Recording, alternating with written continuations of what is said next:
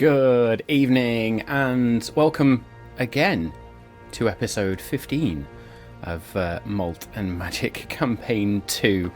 Things may be a little bit weird tonight as I'm playing Mr. Wizard for the first sort of hour or so until Dave gets himself home, so bear with us if there's weird stuff going on. I know there's music in my ears right now which I don't think is meant to be there, but we'll see what happens. So yes, apologies for that. Welcome back. Apologies for last week as well. We had a total clusterfuck with broadband on Mr. Wizard's end. That's not the reason for me doing it tonight. It's just that Dave is not at home currently. He is currently sprinting his way back home to go and sit down at his PC. And then, yeah, so when he joins us, he will be taking back the reins and my stress levels will come down a notch. So we will address the elephant in the room, which is the previous 40 minutes of content from last week, which we are going to drop into the VOD and podcast as we go forward. So for anybody that's on VOD and podcast, there'll be a point where I say, and here it is, and we'll go from there. And yeah, there'll be magic in the background. We'll sort it out in post, as they say. So yes, let's get on with it. Let's run down the usual thank yous, intros, and all those good things. So I'm going to press that button and hope something comes up. There it goes. It's up. We're good. So the usual shout outs and thank yous to the virtual tabletop and mapping tools. So to Owlbear Radio, Dungeon Alchemist, and Incarnate, of course, for all things mapping virtual tabletop, and those different bits. I'm now going to press number 2 and see what comes up. And then yes, so it's my DM's tools in the background there. There's 2 minutes tools, Thieves Guild, when I minimise that, World Anvil, tabletop audio for audio tracks, and I'm going to press that one even, there we go, we're getting there in the end. And then there are our other tools, so Hero Forge for all things tokens and sort of visualisations of different characters, and then 2 of the other tools that I use in the background there, so Kassoon and 5e Magic Shop. We are still affiliated with Battle Bards, so you can still use the code you see on screen, Modern Magic, if you wish to, as you sign up for Battle Bards, and that will get you a nice little cheeky discount off of those tracks and sound effects, so feel free to go and use that. We are still in talks to potentially give away more subscriptions for Battle Bards, so more month-long subscriptions, just to give you a taste and a tease for what they can do over there. So yes, enjoy them. And then I suppose the final couple of things on that is please go view the social media channels that you can see along the bottom there. So Twitter, Instagram, Twitch, you're here with us, so thank you very much. You may be watching this on VOD, so YouTube, thank you for joining us there. And of course the TikTok as well. How long TikTok remains there, I don't know. If anything more comes about privacy and all that sort of stuff, we may have to reconsider, but generally it's fine, so we're okay. And then, speaking of catching things up, you can also check out the podcast on many different platforms on your podcast platform of choice. So if you are listening to us on podcast format, thank you so much for being with us. If you can, please leave a rating or review and just help promote the show a bit more, get more viewers, more listeners, and the more we can do. I think that is it, other than one more button. There we go. Please do come join us on the Discord server as well. I know a few of us, after last week's debacle, jumped onto Discord and just had a general chat. So thank you, everybody that joined me on there. For the few minutes we were on there just talking about various things. It was very, very nice to interact with you all. So yes, if you're not already part of the Discord server, please come and join us there. And I think that's it. So we can turn them off. I like this. I might do this every week. No, I'm just kidding. I'm not going to do this every week at all. It's far too much to process. But I think that is it from me. I don't think there's anything else I need to shout out or say thank you for. Of course, all the artwork you will see in terms of the character artwork is thanks to Mertha Stick in the chat, if they are about. So please say a big hello to them, but a big thank you from all of us here at Malt and Magic for that artwork. And that's me.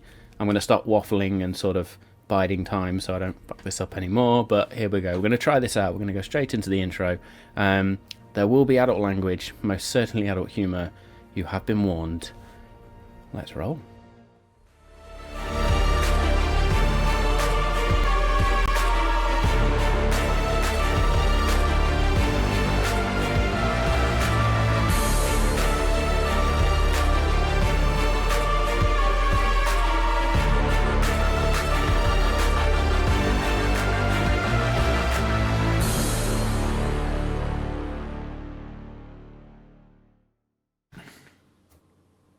It worked. Thank you. Well done. Thank you. Fuck me, I can breathe. That's all I've got to do now, because Dave will be back at some point. So yes, there we go. Dave, as I say, will be with us. He should hopefully be joining us in the next sort of 10 minutes or so, but whatever time he needs, we will give him. Let's run down the lineup very quickly.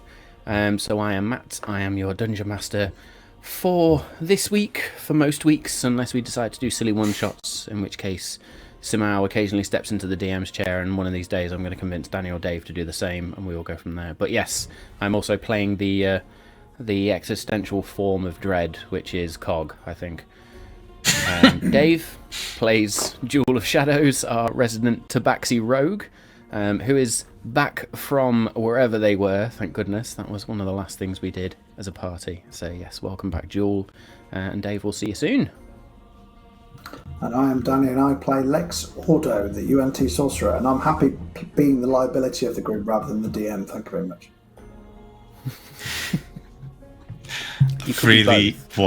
I really want to see Danny on the DM chair, because that'll be amazing. Chaos. Absolute chaos.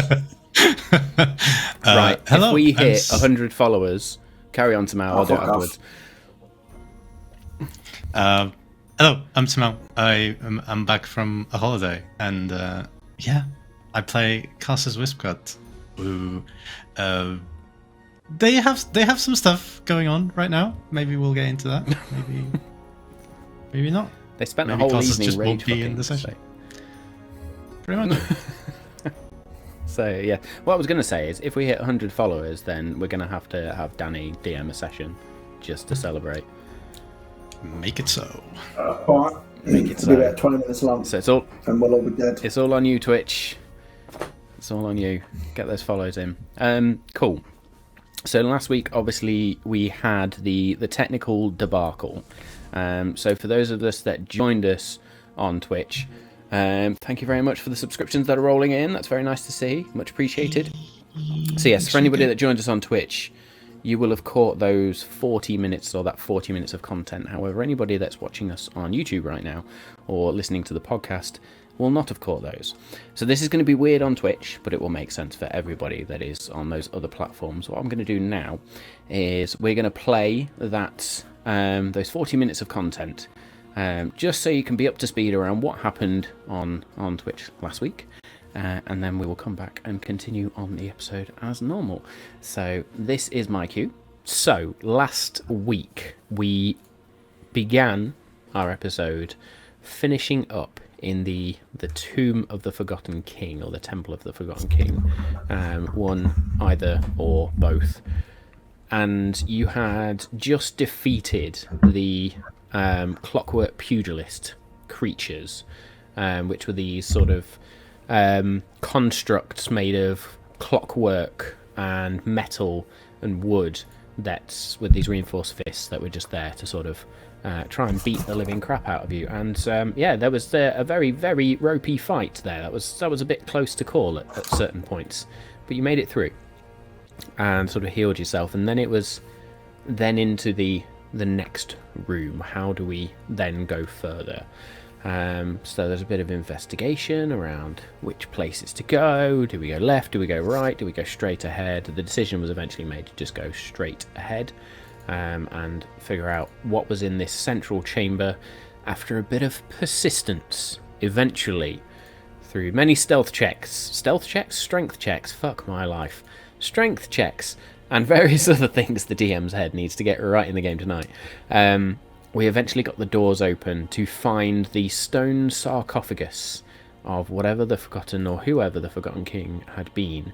But at the very foot of this raised platform, just above the toes, there was this silvery orb of sort of just shimmering silvery orb, which was identified by one Lex Ordo as some form of planar portal.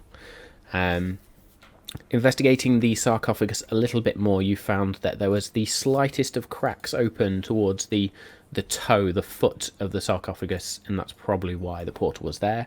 He then shoved the whole lid off, and that portal immediately moved above this silver necklace or silver amulet that was around the neck, or at least laying on the neck of the the corpse of the Forgotten King.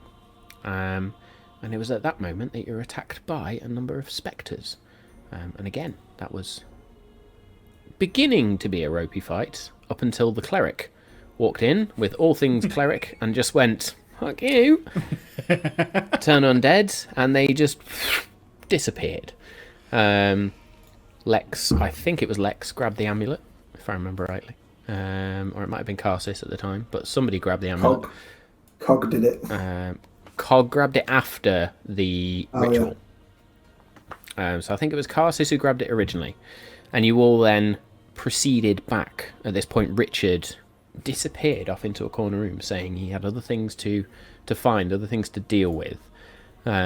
You very quickly used the distraction of Turn Undead to book it, pack it, and fuck off out of this tomb, which you did. And then, as you were leaving, heard screams and various whispers. During this whole interaction, I should say, there were a lot of different whispers. Names. I'm not sure what's going on.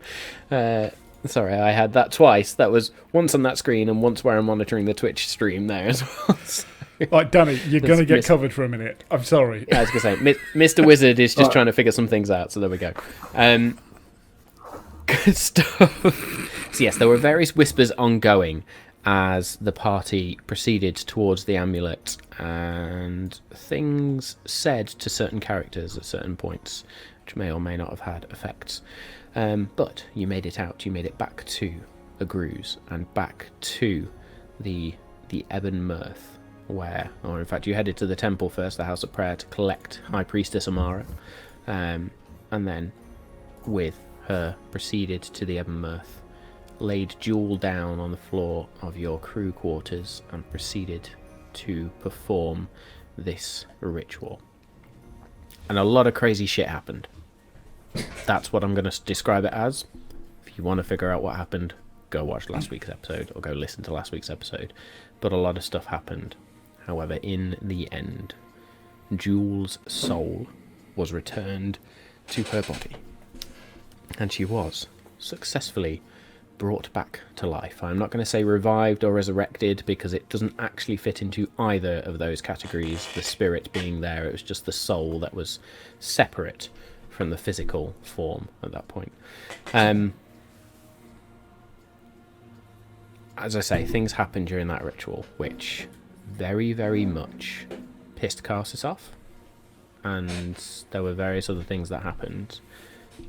One of the more important things that happened, however, was Cog grabbing the amulet and storing it in a chest out of Lex's backpack. And so we finished the episode with Karsus heading to Romeo and basically saying, I'm not happy, fancy a fuck. That's what they did. Cut to black. And with Jewel and Lex trying to figure out what has gone on, where to go from here, Jewel figuring out what the fuck has happened, and that is where we left it. So we begin tonight's episode, having all rested and woken up the next morning. What is it the two of you would like to do? Karsus is still not in the room. Well, I'd also just like to... If it was okay with Jewel, I'd like to say we slept in the same room. Yeah. There's nothing wrong with a friendly spoon. It doesn't have to be sexual, guys. There wasn't even spooning. I was sleeping on the floor. Jewel was up more than normal. Couldn't quite get back to sleep. I think there's definitely a difficulty in getting back to sleep. After all, it kind of felt like she was exhausted, but like she'd been sleeping for 100 years. So, well, on that note then, Jewel, make me a straight intelligence check, please.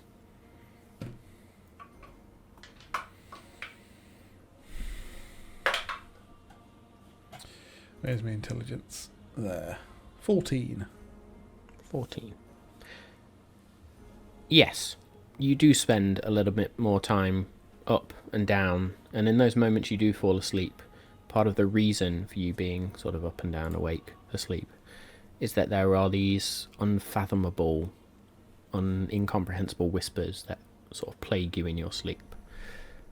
I'm going to say just as you sort of settle down before you wake for the final time, Jewel in her mind's eye sees, well, I can remember it.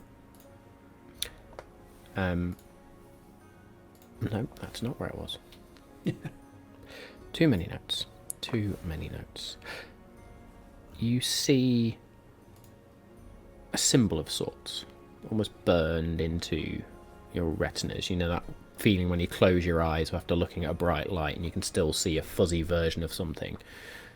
You see that sort of imprint of an hourglass with an eye at the centre.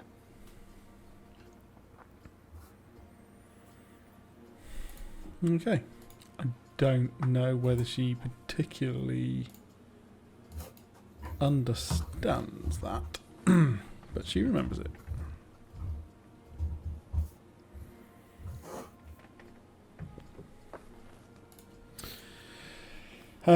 Yes, so she does sleep. She's happy for Lex to be there, but yeah, she doesn't sleep overly well, but she sleeps.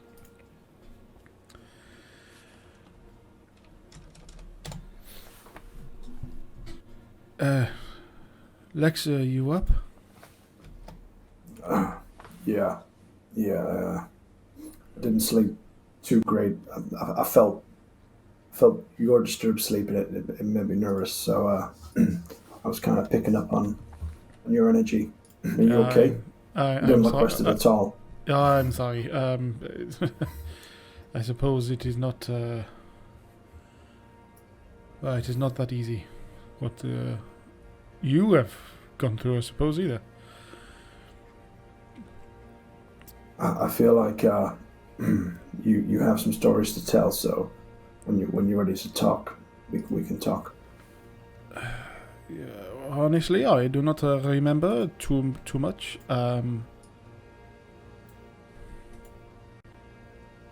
You know how, like, you have a dream, and it was very vivid at the time, but to recall it over breakfast is impossible.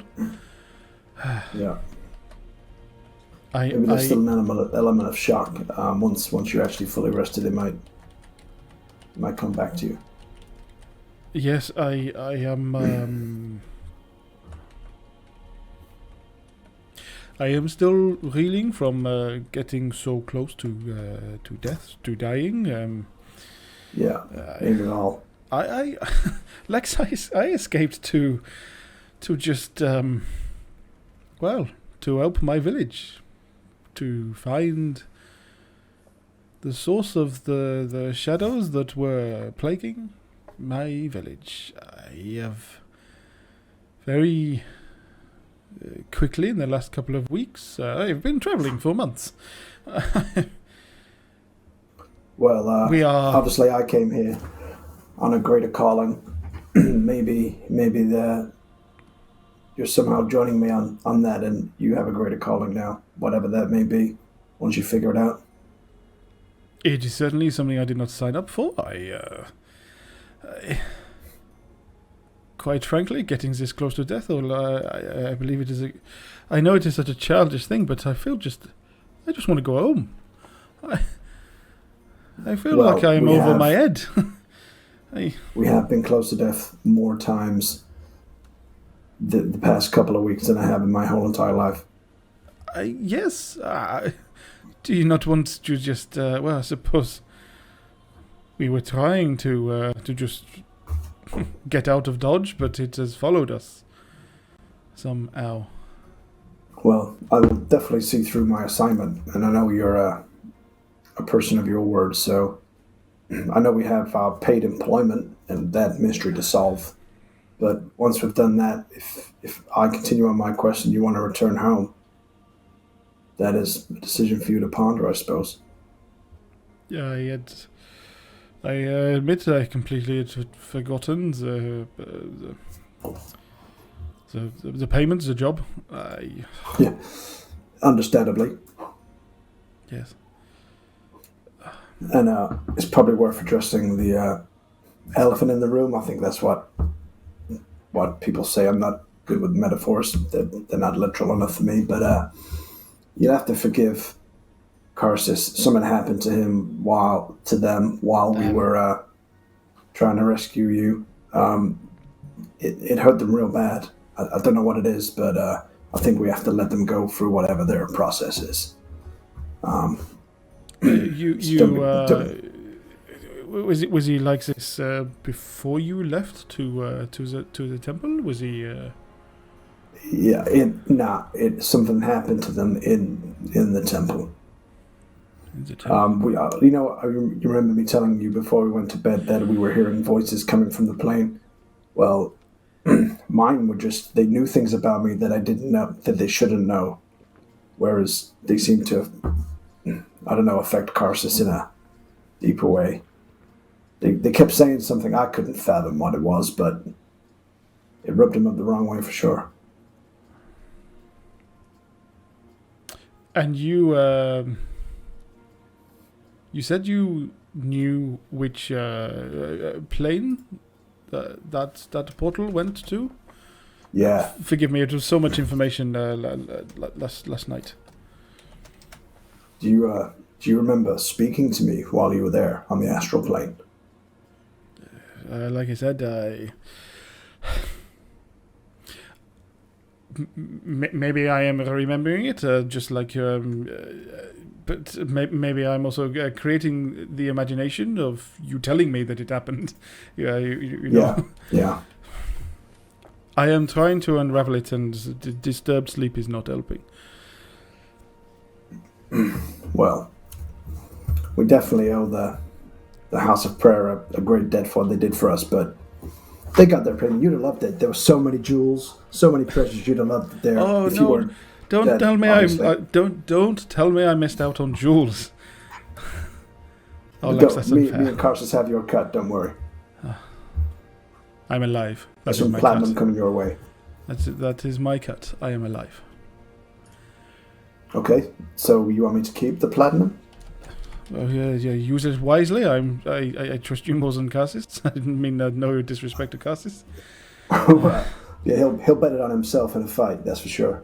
I'm just thinking the main thing we need is potions to stop people from dying. That's the main thing I want to purchase. I will be happy for you to do that, and maybe I shall have a potion of you instead of the platinum. A deal, maybe. Deal. Oh yes. One thing I'm not quite sure of is I don't know. I don't know whether it was you telling me that you're having whispers from the plane, but I have. I think that ended up in my dreams last night. Yeah. It was difficult to get to sleep, and I felt like that I could hear the same voices. I guess. Okay. Well, do you remember what they said? No, just flashes of whispers, unintelligible. Okay. It was just a struggle. I think it is just my imagination. Because what I really couldn't understand was the voices. They just knew stuff about me that nobody alive should know. So it makes me think they were like my mom and dad. They're obviously dead now from when I went through the portal as a child. So I can only imagine that was I communicating with them or to a person who was communicating with them, or was it all a trick and they were just reading my mind? It was messing with my head. So Gears knows what happened to Karsus for him to be affected that bad, because I'm more in shock, to be honest. I just want to know how they know what they know. Add it to the list of all the things that we are out of our depth on, and I'm sure that we shall eventually find the answers. 50 years down the line, I suppose. I suppose the best thing to come out of it, aside from you actually not being dead anymore, is that Yeah, it is a bonus.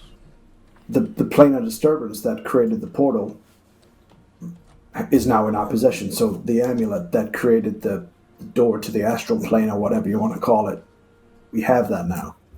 So that's one less planar rift to worry about. And we could actually, I suppose, if we needed to, use it to our advantage if we needed to investigate these voices anymore, once I'm feeling brave enough. Yes, it may well also be, do you think, in any way connected to what was happening back in the other city?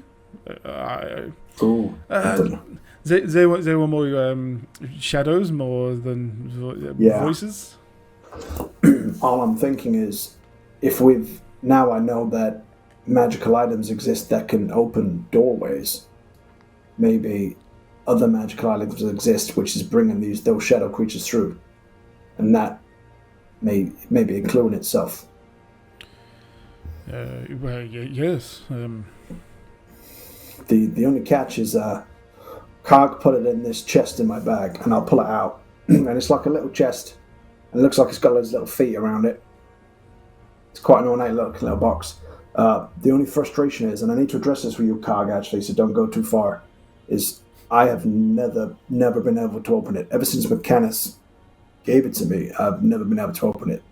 I just thought, it was a puzzle for me to solve on the road just to keep me busy on my travels. But how come you could open that and I can't? Because now the necklace is stuck in here and I can't do anything about it. May I, Lex? Yeah, please. You're good with puzzles. And as I go to give it to Jewel, what does Cog do? So I was about to say that as you hand it over to Jewel, and Jewel just sort of begins to inspect the box, Cog, you get nothing from Cog. It's not an emotional creature anyway, through the sheer lack of being able to convey emotion in physical attributes. But in terms of that almost mental link, nothing. Playing hardball, huh? Bastard. He's not giving up the ghost. Sorry, pardon the pun. I didn't mean to. That was insensitive. I'm sorry. Jules going to have a look at the box. What does... Make me an investigation check, please. Sure. That's not bad. And why do I not have my character sheet up? I have to say, since you've been playing that other dude for a couple of weeks, your French accent is on point. Thanks, I had a couple of weeks to fucking practice it.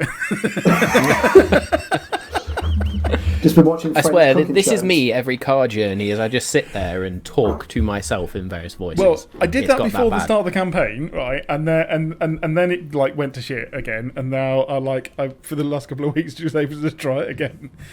19. 19.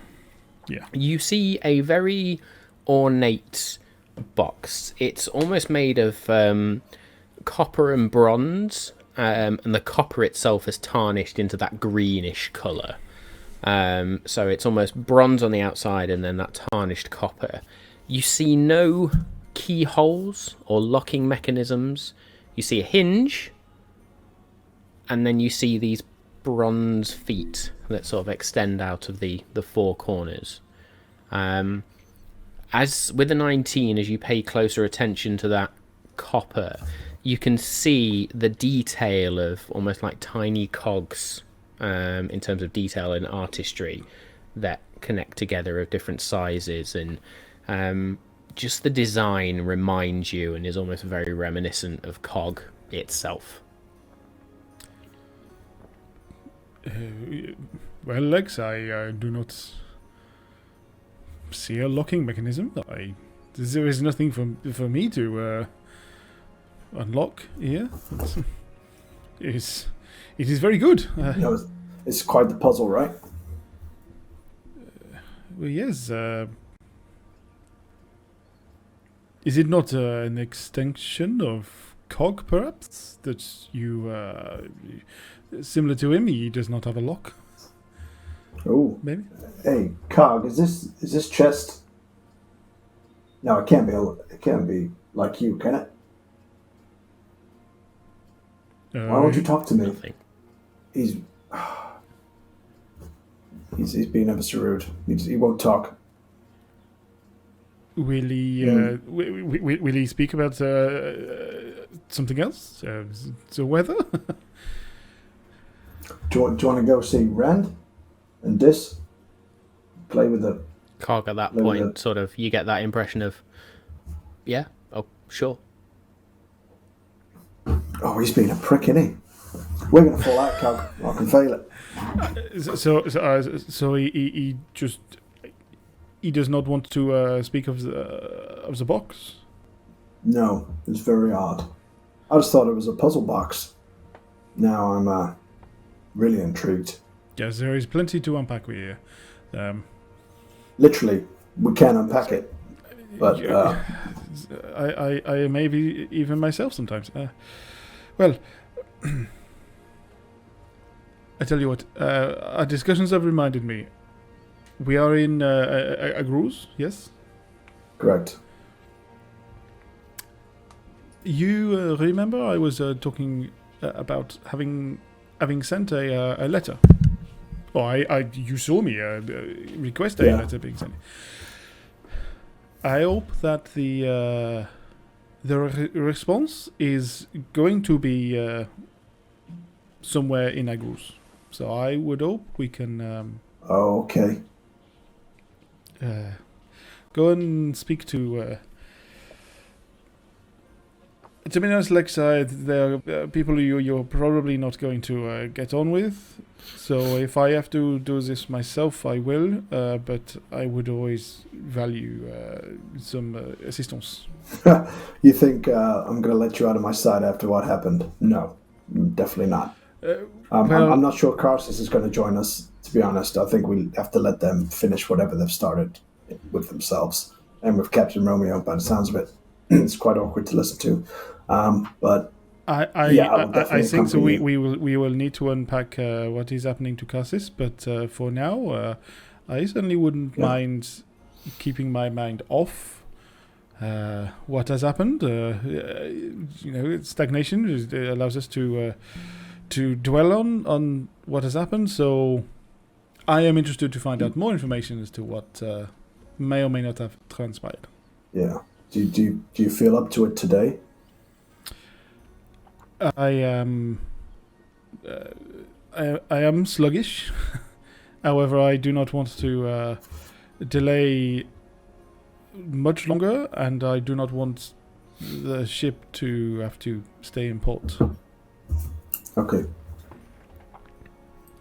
I am not at my peak, but hopefully with your help, we shall make it through. Yeah, and then hopefully if we get answers or a response from your letter, they might direct our next move while we're trying to figure out what the nine hells happened to us yesterday. But also, do you think... Now, I'm trying to remember. We were going west in general, weren't we? You were. We're going for the mission of the shadows and shit. So if anything, we're still going the right way. Yeah. So back in character. Yeah. So even if we don't get a response, maybe we can continue our mission to solve the mystery of the shadows. That is what I do not want to delay. But the information we are looking for is on. Do you remember the gentleman who was going to fight Carsus? He was also in the line. Shady-looking fellow. I was hoping we would be able to gather more information on him, deeming he was heading south, and we weren't. So there is a group of individuals who they do not always work on the normal side of the law. However, they do go by their own rules. So I hope that them following their own rules is not going to cause you too much dismay, Lex. Do they have the level of integrity that you have? it is a level of integrity that you... It is on a different scale.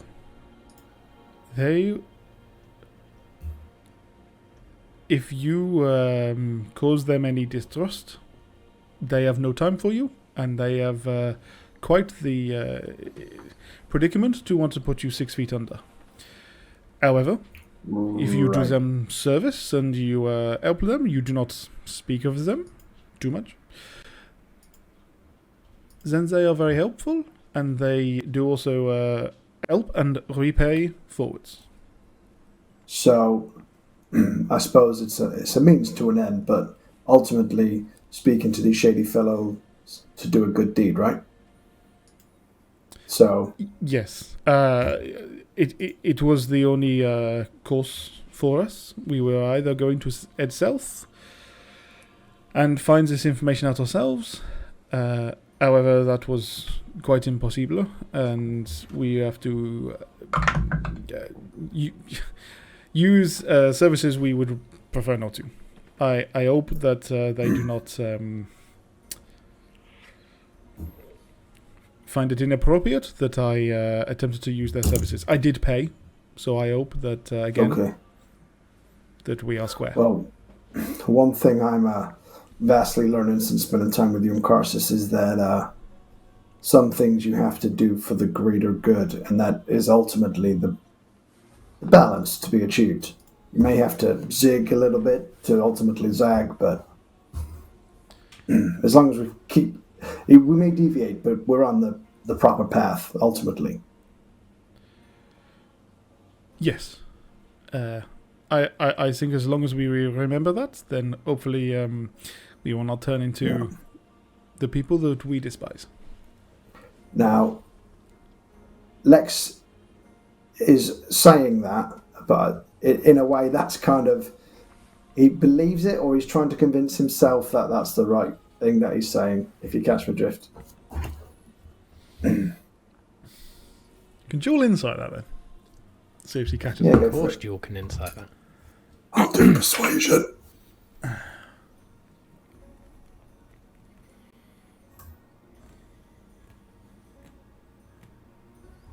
Oh, I got a 12. 17. Fuck me. It's my best stat as well. So Jewel does see... No, that it's not. persuasive. It's 14, but still. 40. Oh, Jewel would still see. still win. Through Still a win. the persuasion to the truth, if you like, of Lex being uncomfortable to an extent, but also feeling that need to press forward. Yeah.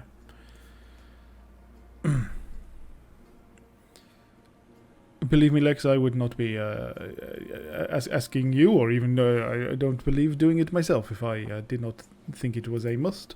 And if it is a dead end, we shall get back on this ship and head towards our next goal. We are doing that anyway. Yeah, well, I'll follow your lead, but I'll let you know if I think it's taking its toll on you. And I've got your back. If at any point you think I am, as I am weary, if you think that I am out of my depth or need to retreat, please, on this occasion, let me know. Yeah, just don't do that thing where you disappear and I can't find you and I'm just left in a room with loads of strangers. Yeah, I cannot promise that. Okay. Thanks for your honesty, I suppose. Yeah, it is okay. Relax. I shall make sure we both make it out. Right. I suppose we need to go find them. That is going to be, in all seriousness, the hard bit, I believe. So please bear with me if it looks like I am not 100% sure how to find them. They are like me. I learned a couple of their tricks. It is intentional that they are hard to be found.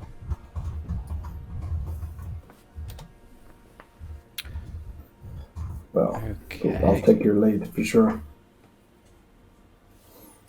So, you head up to the sort of main deck then, and things are now relatively quiet, or much quieter from the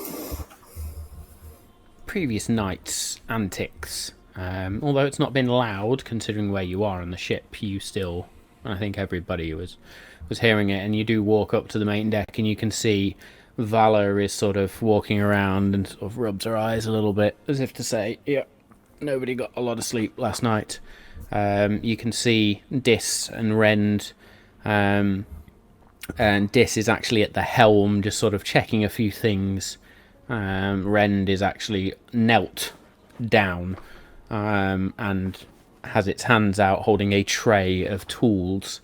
You see the two Minotaurs that were there manning the mangonels before. They've actually got out sort of oils and cloths and various cleaning utensils, who are there trying to clean up the mangonels, and it looks like people are just generally taking care of the ship. But as you sort of venture onto the main deck, Valor wanders over. Oh, good morning. I hope you slept... I hope you slept better than I did, ultimately. From the sounds of it, none of us got much sleep last night, but I am glad to be sleeping and waking, I suppose. Thank you again. Well, I did nothing other than watch over you when you were sleeping. Let's call it that. But it's damn good to see you again, Jewel, is all I'll say. Thank you. So as to not delay our departure much more, we are hoping to just head back into the city for a minor errand. I hope it will not take us too many hours, and we shall be back. I presume you are ready to head on once we're done. And there we go. There was the 40 minutes from last week. There we are. As I say, all going to be sorted out. I know, for everybody watching on Twitch. Yeah, I know you thought it was going to happen then. But Danny, Dave's just got more work now. In the future, it did happen. Yeah. Oh, shit. I was brilliant, wasn't I? So yes, for the VOD and podcast, that will be the cue and the slot for those 40 minutes of content. Seamless. So everybody should now be caught up to speed. We have resurrected Jewel, so to speak, or brought Jewel back from the brink of wherever they were. And then the plan was very much to wander into a Gruz, having sort of achieved the main aim out of Thalissa now, which is to escape and head towards Gruz and now begin heading west. So Jewel takes this moment just as Valor sort of continues discussing, and then Jewel gets slightly distracted and Jewel just looks up towards the main mast of the ship and scampers up off to go and speak to Crodmar. Valor, mid-sentence at this point, sort of turns to yourself, Lex, and I'm guessing she had other things to do. So, I mean, what are your plans now, Lex? What do you plan to do? I'm a bit at a loss, to be honest with you. We were going to run down a lead that Jewel was hoping to follow, but I could help around the ship, I suppose, until she's finished doing what she needs to do. I wouldn't know where to start without her, to be honest. I get the impression that's not going to be a long conversation. I think that's more just a hello, thank you, and goodbye. Oh, okay. I mean, you've got to wait for Karsus anyway, I guess. Well, they finish whatever they're doing. That's what I'm not sure about. They didn't seem in a good place yesterday, and I was just going to let them go through their process, whatever that may be, and address it when we get back. Well, I can't speak for Captain Romeo, but I know this was where we planned to sort of part ways. But well, if you ever catch us again, or you're ever in need of any further assistance, then Well, you know who we are, you know where we are. You only have to ask. Coin involved, of course. Naturally, yeah. I'm thinking we might. Your services may be required again in the near future. Let's hope for transport only and not any of the other stuff. Yeah, let's hope it's just for trade and travel purposes, not life or death situations. But I'm not optimistic.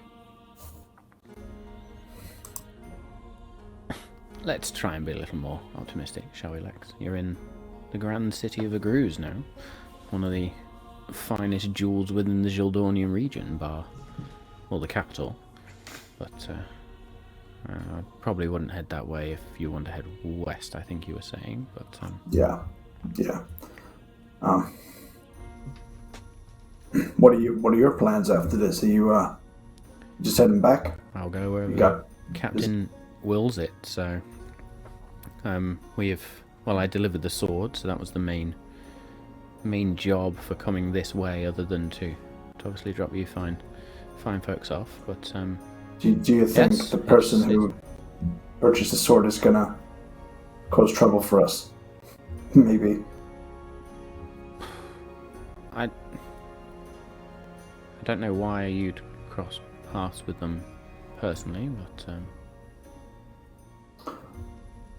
Well, I'm not searching them out, but the kind of mission we're on and the kind of power that wields, I don't know, I'll pass them across again.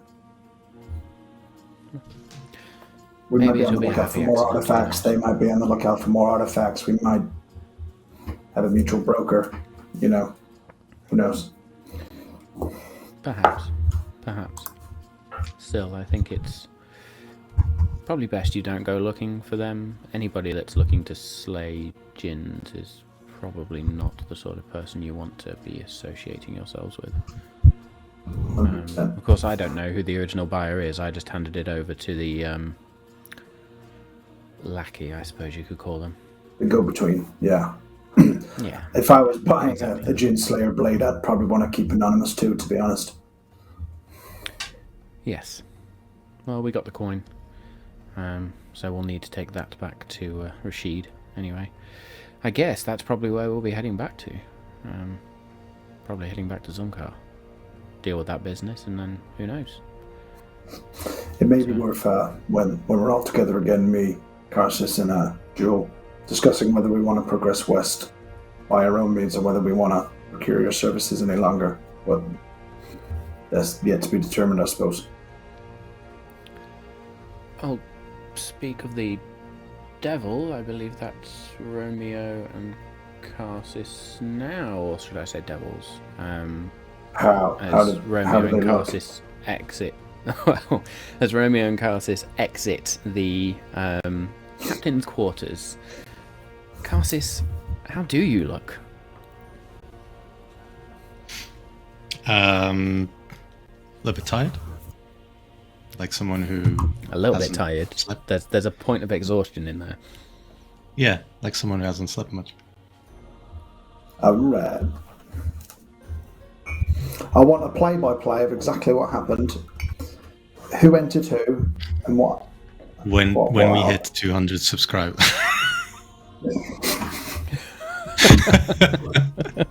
There'll be a graphic novel. Mm-hmm. Point of exhaustion. Okay. Yes, there we go. A little bit tired, a little bit out of it, I suppose. Would seem by looking at them. But otherwise, the demeanor, the demeanor that Karsus usually has, is back, as opposed to the intense, the intense build of yesterday. Romeo walks out. The usual Can he walk? perfectly coiffed sky blue hair is very much now sexy bed hair. And where Karsis looks a little bit tired, Romeo looks, for want of a better term, totally fucked. In every sense of the word. Yes. Absolutely. If there ever was a time to use that expression. But Romeo Shocked does bits. sort of look Absolutely towards fucked. Karsis with a wry smile on their face.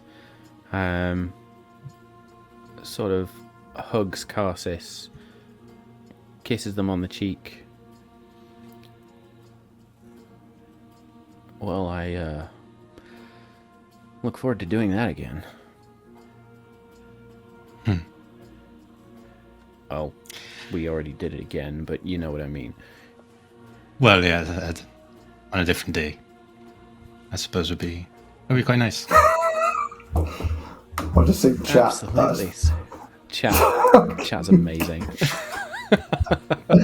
You dirty bastard. I love it.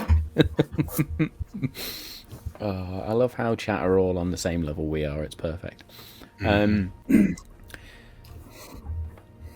So, well, what's next for you and your crew, not my crew, your band of folks? Still struggling with words, I see. We are. Yeah, I'm going to be struggling for days. I don't know. We are.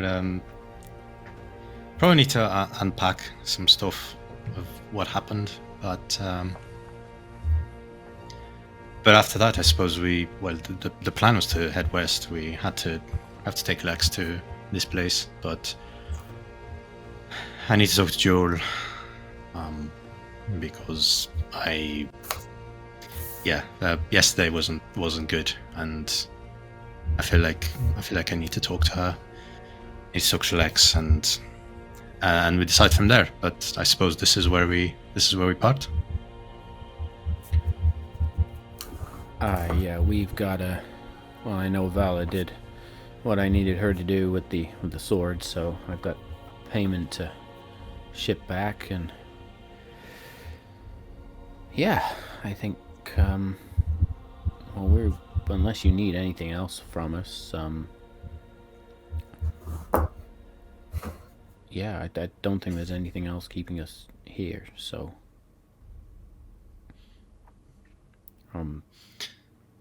yeah, thanks, I guess, for everything.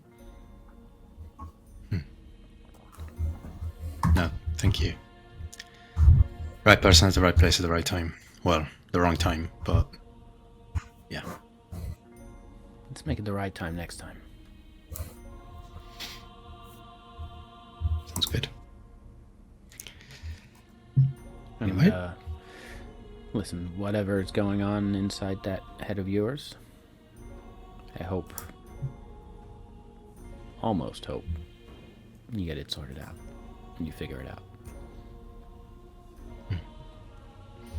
Yeah, me too. Cool. Well, yeah. This is awkward, so I'm gonna get some coffee. I definitely need that.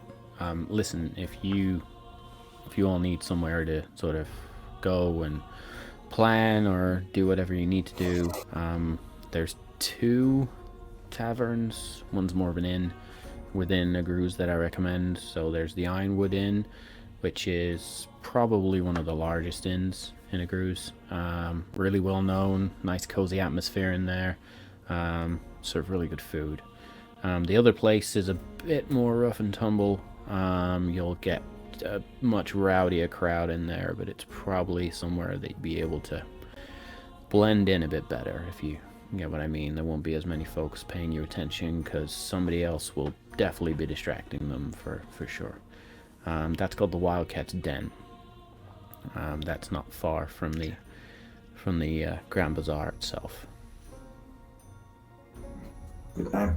Solid name. That's Grand definitely Bazaar, got is that 2 what you and said? below on TripAdvisor in it. Yeah, you know those it's, pints haven't been washed in weeks. Yeah. It's like the sugar cubes of Agru's, Danny, is all I'm going to say. All right. Cool. I'll pull Romeo for a kiss and then just turn around and go to Lex. And Romeo will melt into that. The hands sort of snake around your back. And as you then withdraw, sort of Romeo just stands there like, fuck, I'm gonna miss that. Don't leave it too long. Just walk out. Goes and starts fiddling with the helm, just sort of, I was going to say polishing some knobs there, but that was just to be too Yeah. Plenty of that. Gonna be doing that, being like, this reminds me of a very particular point of the evening. Yeah. So you wander over to where Lex and Valor have just sort of been stood looking with a bit of sort of the raised eyebrows, a bit of incredulity. And Valor, as you walk over, is just going to sort of raise her chin a little bit. Good night, was it?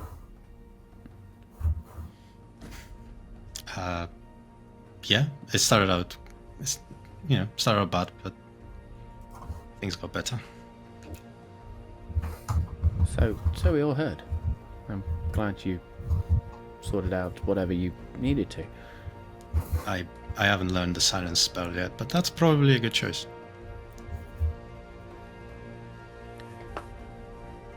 Yes. Not a bad idea. I'll keep that in mind. Jewel. Here she comes now, as Jewel sort of just springs down. Yes. Sorry. I needed to say goodbye to Krobna and say thank you. Cassis, you are back. Very good. Are we making our way into a Grus then? Yeah. Have you worked out your demons or whatever process you needed to go through? Are you back with us? Yeah. I'd like to have a conversation with the two of you, but I suppose we have to go into the city proper. Romeo told me about 2 inns or 2 sort of establishments that we could go to. One of them appears to be a little bit more sophisticated, so Lex, you might like that, and another a little bit more rowdy, which is more my type. But actually, we can go to the sophisticated one if we wanted to. I'd quite prefer one where we could get some sort of privacy. So the inn might be the one. We might be able to get a room or something. What do you say? Yeah, we definitely need to debrief. And if you think would you saying the sophisticated tavern might be better for that? I'm gonna assume that. Well, I'm gonna assume that we're gonna stay in a roost for a couple of days. So we're gonna need to get a room anyway. So we might as well just go to one that has rooms. Okay. Yeah, that's true.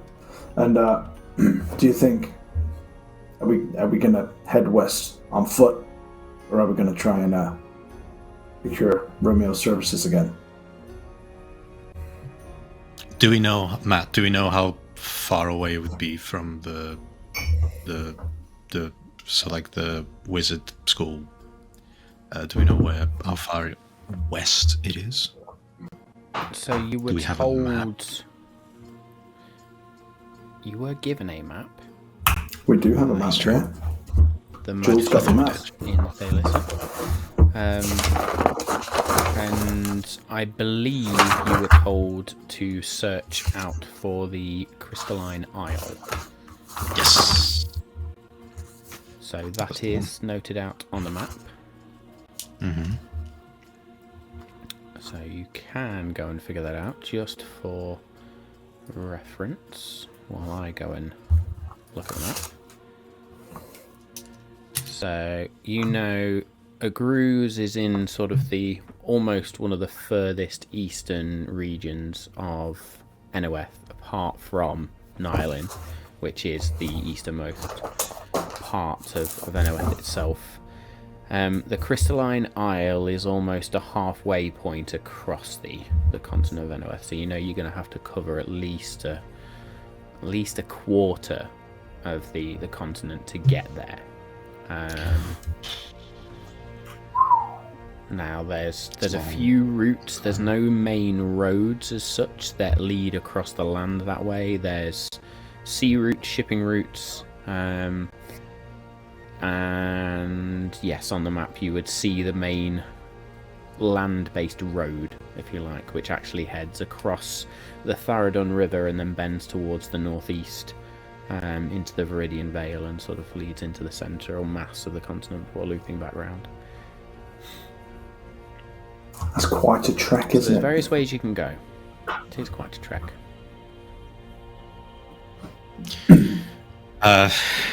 Well, I don't know if Romeo will be back by the time we need to head out, but Okay. I'm sure they will find some horses or some means of transportation in a cruise here. So Yeah. we'll just have We're to currently in find a out. port, so there could be other modes of transport. Obviously, I've just become accustomed and I've started to trust these guys, so we'd have to come up maybe with a elaborate ruse as to why we're procuring somebody else's services. I don't know. We'll see. Yeah. Well, we might be able to just find someone that is doing a trade route west and Trade, yeah. maybe just we pay them a couple of gold and Yeah, we could go under the premise that we've got artifacts to trade ourselves with the crystalline circle. That's plausible. and not entirely untrue, to be honest. So, and then we don't know how long it's going to take to run down this lead that Jewel wants to pursue. So, yeah, it makes sense. Romeo won't be back. Yeah. What do we do if you have another episode and you need to work it out? How are you going to do that without Romeo? I just want to plan for the future. I don't want you to be out of action for too long, or a liability. There's some places in town where you can go and sort that out. Does that involve your sword or your genitals? I'm not quite sure. Well, I'm sure there's places for both. Separately, I don't. Well, maybe not necessarily. Anyway, I have it'll be follow-up fine. questions, but I feel like it's not the time to ask. No. Can we go now? No. Let us not go there, Lex. Probably for the best to avoid such okay. topics. I'll put my curious mind to one side for a moment. Focus on the task at hand. Can always show you one day. I'll pretend I didn't hear that. Now I know why Romeo felt so awkward earlier. Let's go into town. Mm-hmm. Let's head into town. Well, this is where we say goodbye then, so a pleasure to have met you. Oh. Yes, look after each other. Let's not have any repeats. Did you get everything from the room, by the way? You didn't leave anything behind? Oh, no, I did. Carsus, I left the bag of coins in the room. I'll get that. Okay. And then while Carsus is getting them, which means he'll carry them instead of me, played a blinder, well done. Mm-hmm. They didn't play a blinder. I will go say bye to Dis quickly. Okay. Joke's on you. I already have disadvantage on everything. Valor and Jewel continue conversing for a minute as Lex, you head with Carsis downstairs. Carsis continues off to the crew quarters and you go and find Dis, who is in the engineering room, and the door, as always, is shut, but you're able to just sort of push it open, and as you do, Dis just sort of looks up Lex. Hi. Sorry for the intrusion. Hi. No. I understand it's done, it's sorted, all solved. Yeah, she's back. I just wanted to say thank you for keeping Jules stable while we completed our mission. I just wanted to say a fond farewell before we head out. It's an honor to have looked after her. Listen, you've been more help on this ship than, well, anyone, and no offense, Rand, but keep practicing with all of the tools. Look after that little dude, and then I'm sure we'll see each other again, but listen, let's not make this weird. Come here. And she sort of wanders over and pulls you in for an awkward hug, because she's an introvert. Oh, it is awkward because my arms are by my side. I'm like Sheldon Cooper from the Bang Theory. I don't know what to do. So she hugs you and the wings sort of come around as well, and she's just there like, yeah, I'm glad we did that. Look, let's try this instead. And she holds out a hand. I'll grab a hand and then I'll grab her other hand in some form of sentiment. Sorry, I'm not used to physical affection where I've been living, but I hope to tinker with you again in the future. It's fine. Thank you for what you've taught me, and I hope to come back a bit more practiced than when I leave. I hope to see you again soon. Maybe you'll teach me a thing or two next time you're back here. Hopefully you'll progress your skills. But yeah, as I say, I've got ideas for Rend that I'm going to work on since we did our tinkering with Cog. So who knows? Maybe Awesome. I'll put some sort of speech system into Rend. Yeah, either that or I'm going to permanently attach a drinks tray to its chest, because that seems to all anybody needs to use him for around this place. He has great potential. We've left a sending stone with Captain Romeo, so if you ever need us, you can call on us. Oh, well, I guess likewise then in that sense. But you take care. I don't know what's chasing you from Thaylissa or what's ahead of you, but look after yourself, look after Jewel, and look after Karsus too. They've got some shit going on. Yeah. I'm not sure what to do about that, but I'll figure it out. He's currently my favorite mystery to solve, so... Little bit of advice on that one. Go on. Give them time to figure it out and let them speak to you on their own terms. I find you pressurize people into this stuff, and it's, well, I can send people the way you don't want them to go. It's almost as if you knew I was going to be impatient and brash with my questioning. I've not known you very long, Lex, but I feel I understand at least a few facets of your personality. Thank you. Farewell. And then he did the Vulcan fucking wave then. I was channeling Spock And too she much. just sort of bows that hawk-like head towards you, and then turns back to her work and just sort of looks up towards Rend. I'm taking you apart later. Is that you continue back up.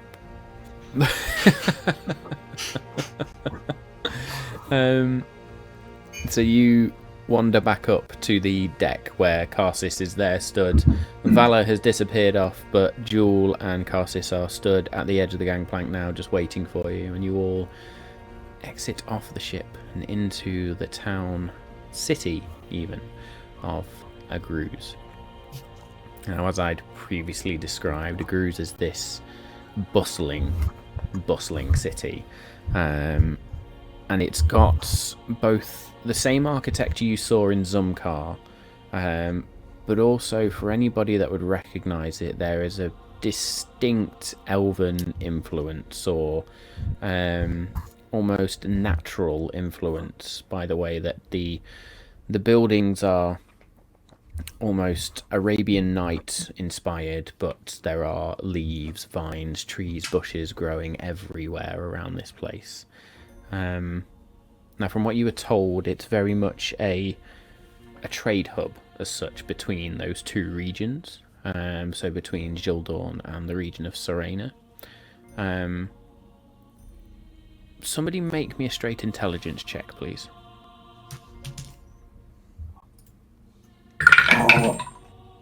Yeah. Natural one for 5. Good start, everyone.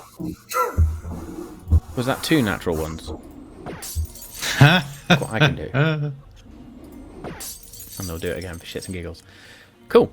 Very good. I best roll for Jewel then, seeing as you two were fucking useless. To be fair, I have disadvantage.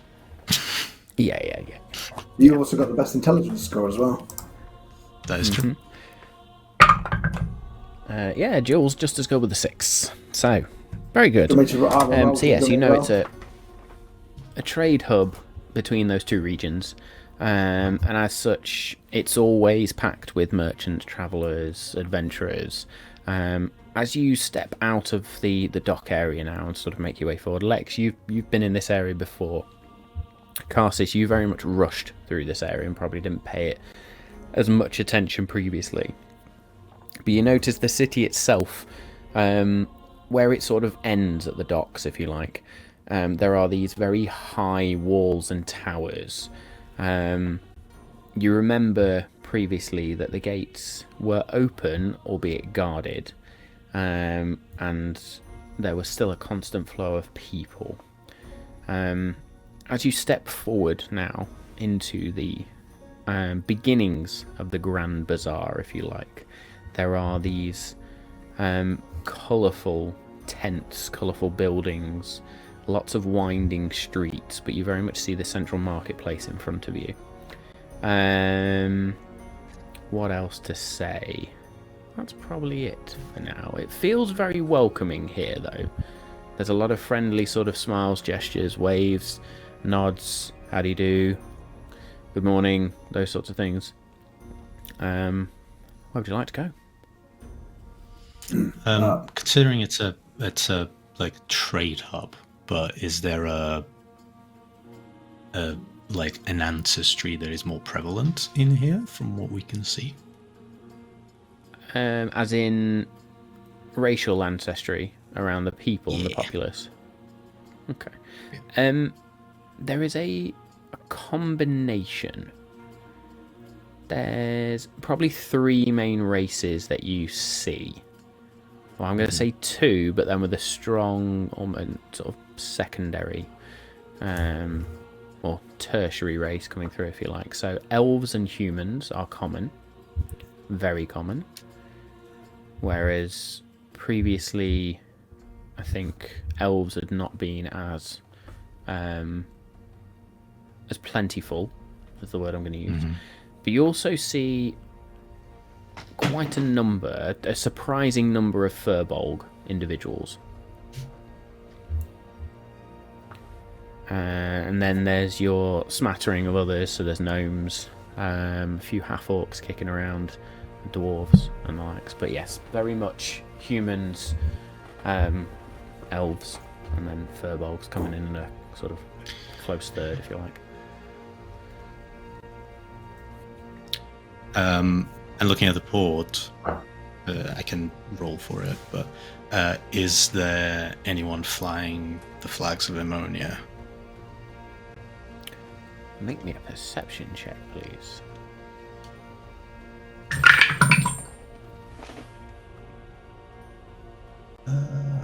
Excellent. That will be a 2. 2. You have a quick glance. You don't see anything relating to ammonia. Right. And that's ammonia, not ammonia. We're not trying to poison people or do anything like that now. Cool. What are we doing? Jewel, if you want to run down that lead, where would we need to go? Yes, this is a A good point. I am unaware. I was hoping to just keep eyes and ears out and see what I observe. See if I can pinpoint an individual like I did previously in Zomkar. The bazaar is probably a good place to head between then, right? Zomkarian accents and French. Say again, sorry. So the bazaar is probably a good place to start, right? Perhaps. Or the Rough and Ready Tavern that Karsus mentioned. If it's full of nefarious individuals. Would it be worth us having a discussion first? And finding somewhere Karsus, to stay? Are you ready for that? Yes, I would like that. Okay. I don't want to push you in your own time. You can talk when you want to. That's what I've been advised to say. Yeah, that doesn't sound like the type of thing you would say on your own. So, but it's nice I character took some growth. advice. Yeah. I'm trying. Okay. I was thinking more we just discuss what I missed, but yes, let's talk about whatever it is that is bothering you as well, Cassis. It'll achieve both aims. It'll tell you what you missed. And we can talk okay. about where you were, where you felt, and yes. Yeah. And just how you're feeling. I would like to figure some things out. So yes, let us go get some breakfast and discuss. Sounds good. And you said Romeo told you two taverns. Perhaps we head to the nicer one with rooms. You said. Yes, I think.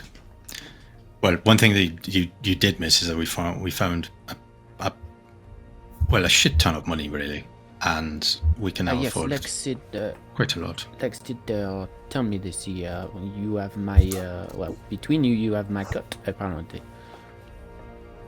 Ooh, I don't know if is that true? This is what Lex tells me. Yeah, didn't we?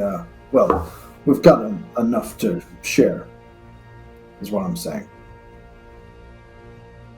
I'll chuckle. Mm-hmm. Yes, we do. Let us find the inn, and we can discuss from there. Yeah. I think we remember things differently, but yeah. Anybody know where the inn is? I have not been here before. Is there a portmaster around? Is there a portmaster? Make me a perception check, please. Oh boy. Well, anybody can make the check. That was actually pretty good.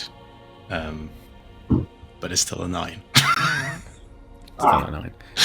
The DC was not high on this one. As you wander around, there's quite an obvious portmaster. An individual stood there behind some sort of almost like lectern. There's a couple of people around him, and he's sort of pointing this way and that way, making notes. You can see if it is a furbolg gentleman, looking around sort of maybe 40 to 50 years old. Wears this long sort of maroon duster coat, I'm going to say, not too dissimilar from Lex's, but a bit more piratey than what Lex wears, and then just sort of leather trousers, these almost knee-length leather boots. I'll get words out in a minute. You see there is a cutlass at their side, and yeah. Very cool. In answer to stick in the chat, yes, Calcis has -3 in all wisdom-related rolls. Because that's fun. I will if move I could up do it, I'd bring the stats up at the bottom, but I can't remember how. I will move up to the portmaster, and I would say, "Morning. we have just arrived in town, and we were hoping to maybe get some directions. We've heard of the great tales of the Ironwood Inn, so we're hoping to maybe spend a couple of nights there. If you could point us in the direction. Ironwood Inn, yes. So you will need to head through the Grand Bazaar and, well, as you approach the legal, I don't know what the fuck are they calling it these days. I remember there was a sultan and now we've got a mayor. But yes, before you hit towards the noble district, we'll call it, you'll see the palace in front of you. The Ironwood Inn is down the main route to the right. You can't miss it. There is a grand oak tree stood out front, so yes. Thank you very much. It out. The old sultan wants the genie slaying sword because somebody made a wish to remove the sultan and install himself as mayor. Boom! That's what's happening. Side plot. That's a spin-off series on HBO Max. There is Have I guessed that right now? Would you tell me if I did? No, I wouldn't tell you if you did. Of course you fucking wouldn't. Thank you for your directions. We'll head straight that way. And no worries at all. You came in on the Urban Mirth, did you? Fine vessel, fine captain, fine gunner as well. very, very fine captain, I'd point out. More partial to the gunner myself, but each to their own. Yeah. Anyway, I feel like thank you. there's signals I'm not picking up on here.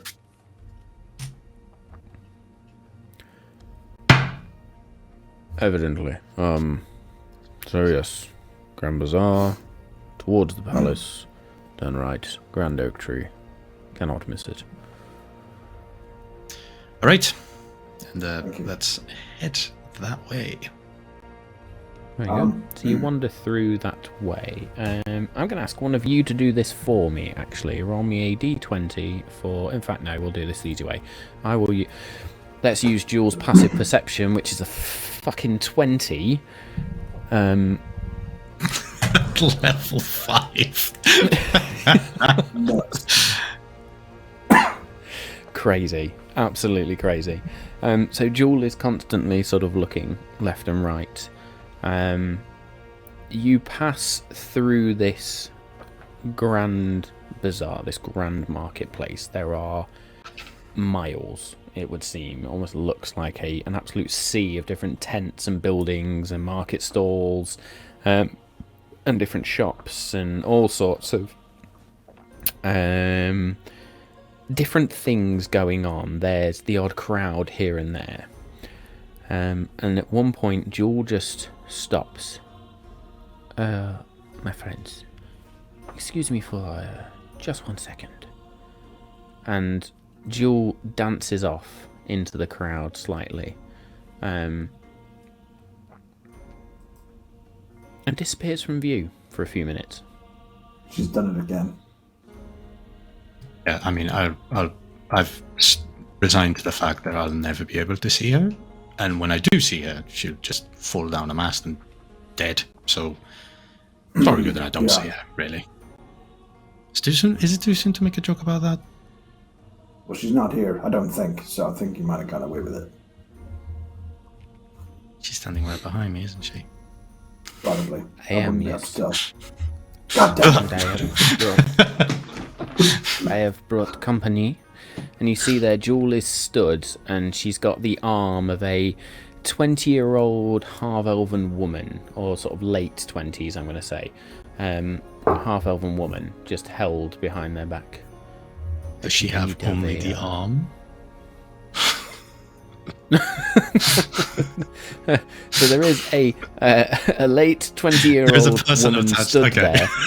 Yeah, not just the arm, just like, woo, look what I found.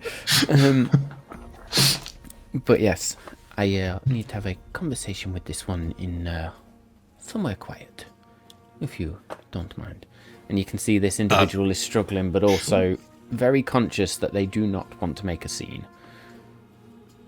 You're going to be able... Okay, is this in relation to the letter? Maybe. I think I can perhaps use this one to get some information. You'll be getting nothing out of me. We should all go. You, be quiet. Fuck you, Missy.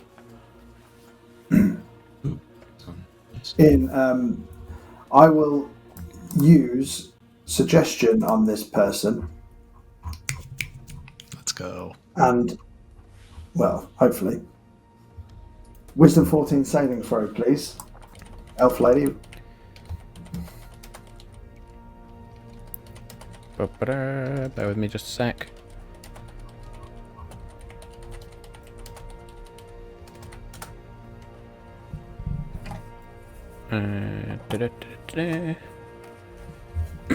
She said wisdom 14, yeah? Yep.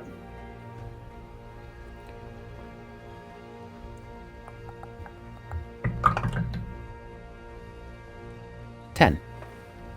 Oh. So I'll look at her in the eyes. My pupils will narrow, and you will cooperate with Jewel until she is done with you.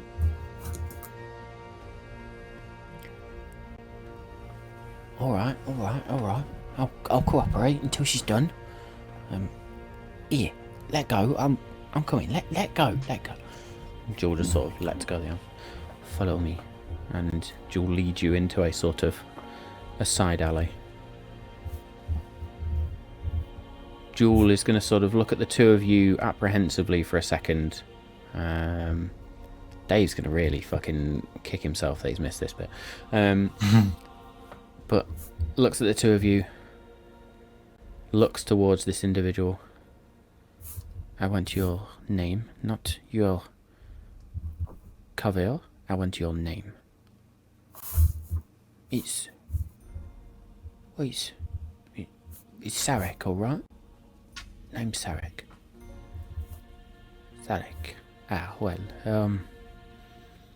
Good. You are very quick-fingered.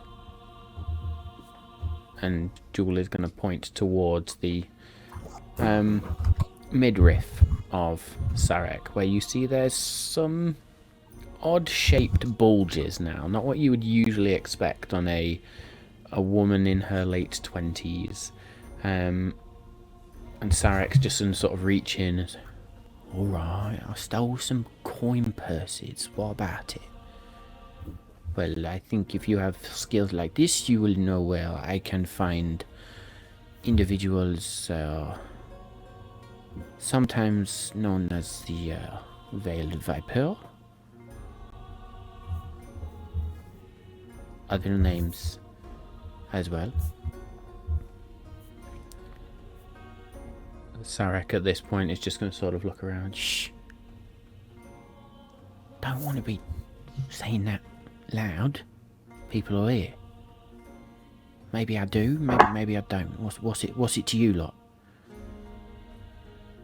Jewel at this point will also look around, look towards you two, and sort of there is an apprehension as Jewel looks towards you two, but then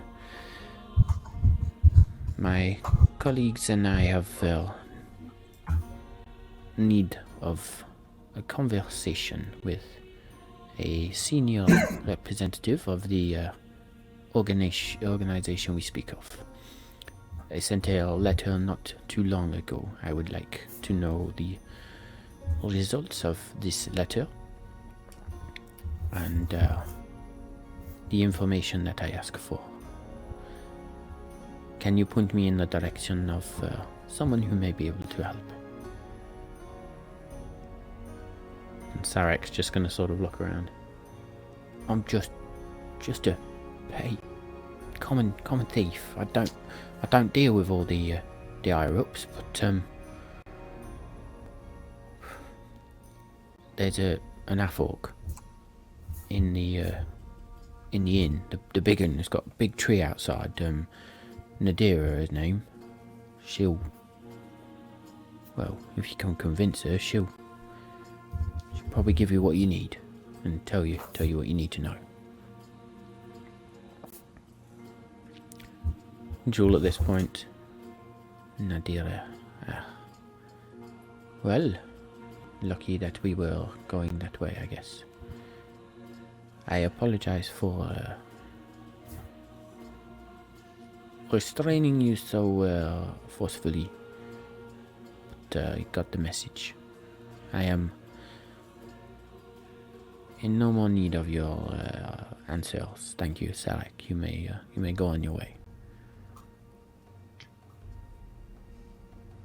Sarek at this point sort of places the coin purse back in there, sort of beneath this silk scarf that they wear around their waist, and then pulls the rest of their outfit around and sort of looks at you three, looks towards you, Lex, and there is a scowl. Thank you for your cooperation. Good day.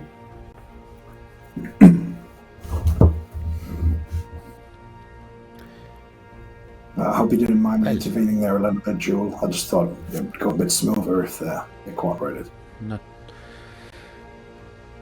Not at all.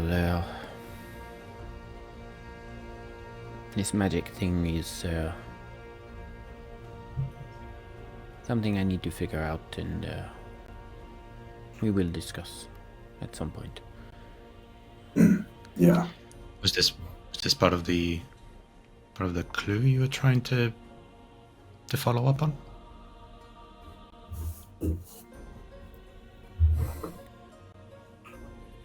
It is I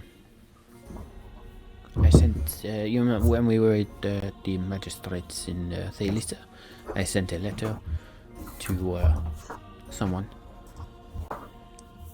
I'm hoping it got to where it needed to go, but yes, there's a network which can get information. I am hoping they have been able to turn up something on, well, your friend, Cassis, the one you were meant to battle in the arena. Oh, yes. I wonder what happened to him. Well, they were headed south. I was hoping for information.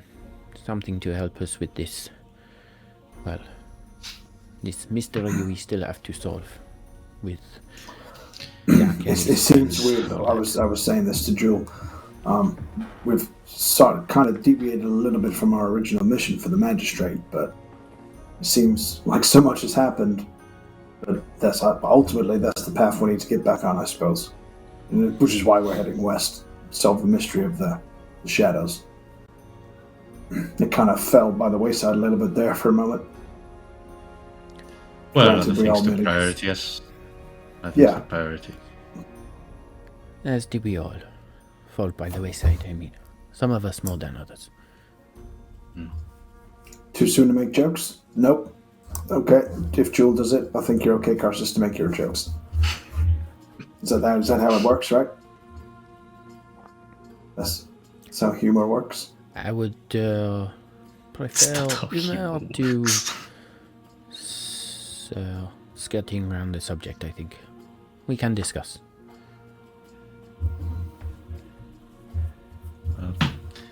And we... Is that inn that they described where we'd find the half-orc, is that the same inn we were already going to? What did you say it was called? Ironwood.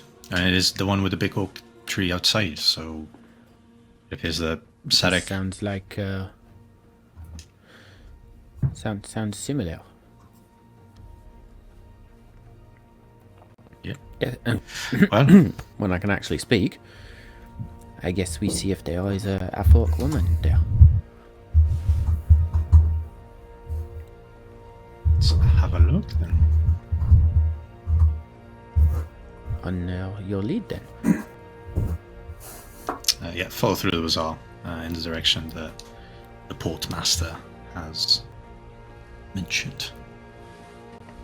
Okay. So, you turn, and the first thing you are greeted with is this grand oak tree. And next door, you can see the inn behind this this oak tree, but you can also see next door there is a smithy. And you get the impression this may be where the word ironwood comes from, as the smithy itself, there are metallic items, but there are also these very sturdy wooden shields that are constructed. And this seems to be the specialty or speciality of this particular smithy, or this particular, I'm going to say armourer rather than smithy. Very, very sturdy, ornate, very impressive looking wooden shields that are iron bound. Some are just plain wooden shields formed in such a way. And then, yeah, as you look sort of beyond the trunk of the tree, you have to actually sort of walk around it as it is a good few feet thick. You do then see this very, I'm not going to say majestic, but very cozy, very comfy looking tavern. As I just respond to a message, bear me just a second. Stuff coming through.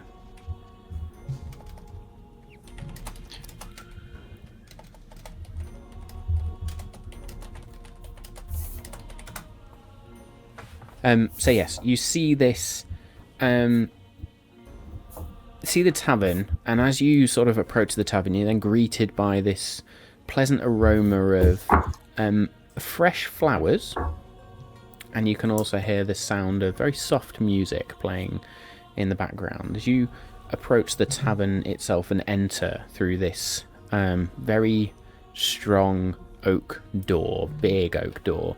You push through.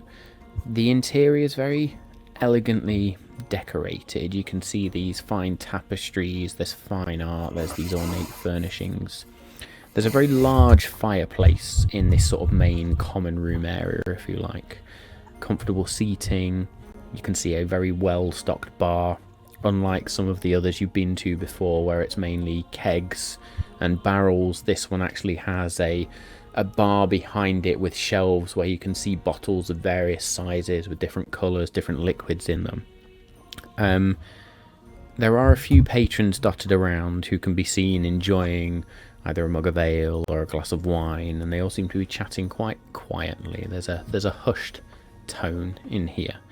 And then you see the barkeep, the innkeeper I should say, who is a female individual, looks to be around early to mid 30s, with this pale greenish skin, these yellow eyes, long sort of black hair with the slightest of purplish shines to it, and these two small tusks that sit in their mouth as you see a half-orc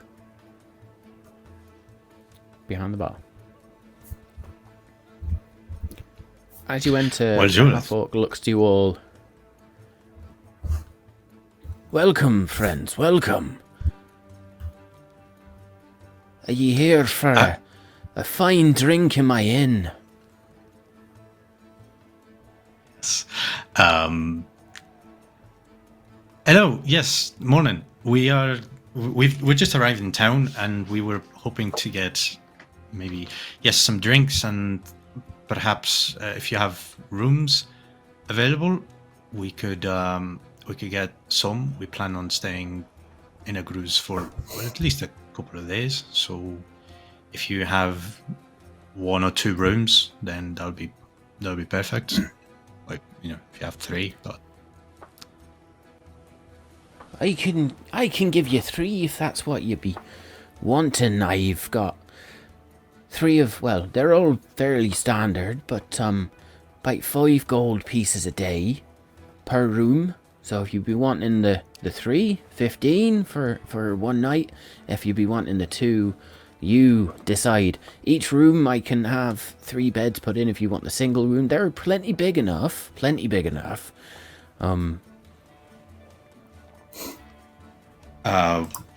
What turn to the party? What do we think? Are we alright to? Hey! From the shadows, just like I can stop doing a shit French accent for a bit. Daddy's been here the whole time. Like, Just sitting Sat there drinking. like, I'm gonna lay in fucking. He was just like, can't be bothered with these guys for about an hour. There you go, buddy. well, I know you're well we- caught up, so I don't have to catch you up. I actually didn't hear the last half hour, I'm afraid, but I was doing my best. Oh, okay, fair enough. Oh, you've interrogated an individual apparently. Nice. Yes. Yeah. So as you exit off the ship into a cruise, Jewel Hello, with chat. Jewel's phenomenal passive perception since you've leveled up, is found an individual who was pickpocketing. You've questioned them about the Veiled Viper, and you have an indication to go and find a half-orc female who runs an inn that had a big oak tree outside. You were told by the portmaster, that the Ironwood Inn was located not far from the Palace District, just the other side of the Grand Market, where there was a grand oak tree outside, and it was one of the nicer places. You learned that from Romeo. You have just entered in. You sent Sarek, the half-elven, did I say elven?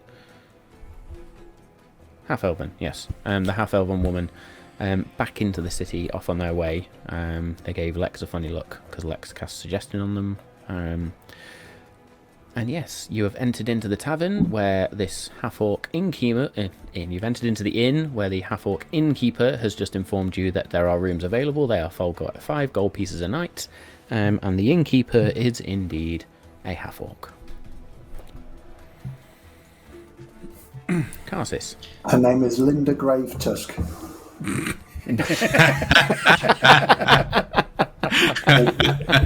Canon, I'm just writing that down. That's quite good. I'll turn to the party and I'll say, are we opposed to all spending nights in the same room? We probably should stick with them, to be fair. I'm happy with that. As long as you don't bring any guests back to the room, Carsus. I will try my best. Well, I'll just crash at theirs. It's fine. Okay. In the interest of saving money, I think it is a good idea. Right. Well, turn back to Linda. And it's her name now. And say, I believe we'll be taking the one room with 3 beds fitted in, if that's possible, and we'll stay for as long as we need to stay, I suppose, and then just pay at the end. We'll pay each day. I don't know how I'd want to settle that. I can be settling your per tab, which you can pay at the end if you like. I usually end up with a small discount if people stay for a full week, so to speak. But that'd be up to you. If not, we'll call it the 5 gold pieces a day and be done with it. I offer complimentary breakfast and with the rooms, just because otherwise it saves on all different messes and all these different things. People usually want food in the morning, but then they'll be out doing their own. I'm talking too much. You want your room key? Let me just get that for you. And hands out sort of an iron key, and you can see the key tag on it that has the room number 17. Also has the symbol of a grand oak tree on it. So that's room 17, straight up the stairs, and then you'll have to take a left on the first floor, and it's just down that room. They're all numbered on the outside. I'm sure you can find it. I'm Just Nadir. So I swat the mic. Just because my day has cast Feeble Mind on me, is this the person we're meant to be speaking to, or are we also finding this said person? Yeah, this you're is okay. the You've got one. to interrogate now. Go. Thanks. Let me just roll right into that.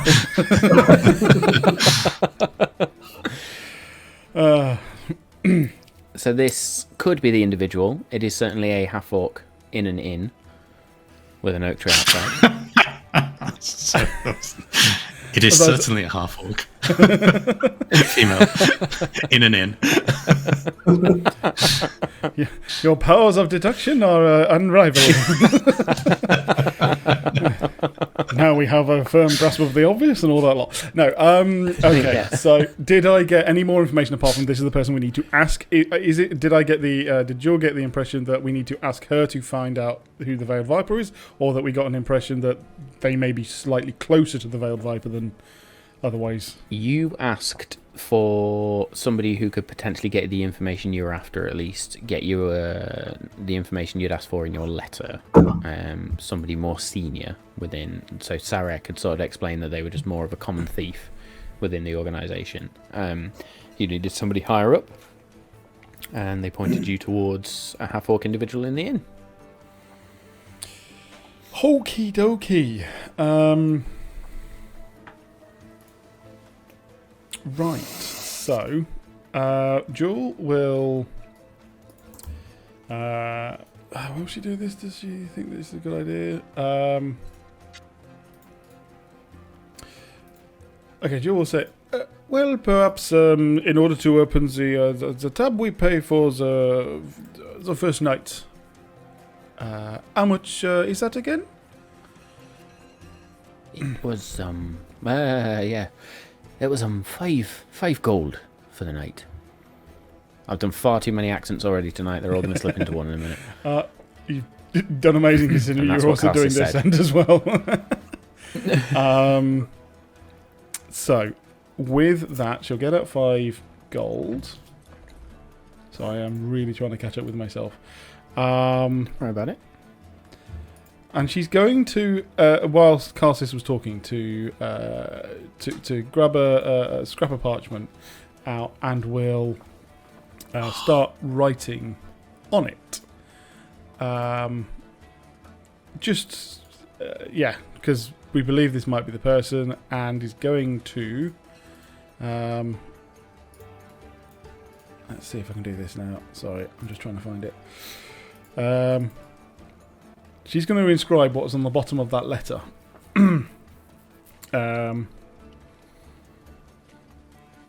No, she's not. Not all of it. So she's going to put, go to ground when you know the sky has eyes. ... I knew you were going to do this to me. Yeah, sorry, it took me that long for me to find it.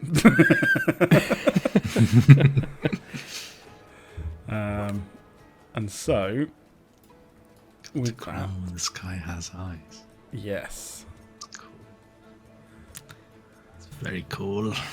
As she does, she's going to put that on the parchment, sort of tear it off in the corner, and she's basically going to hand that over with the 5 gold.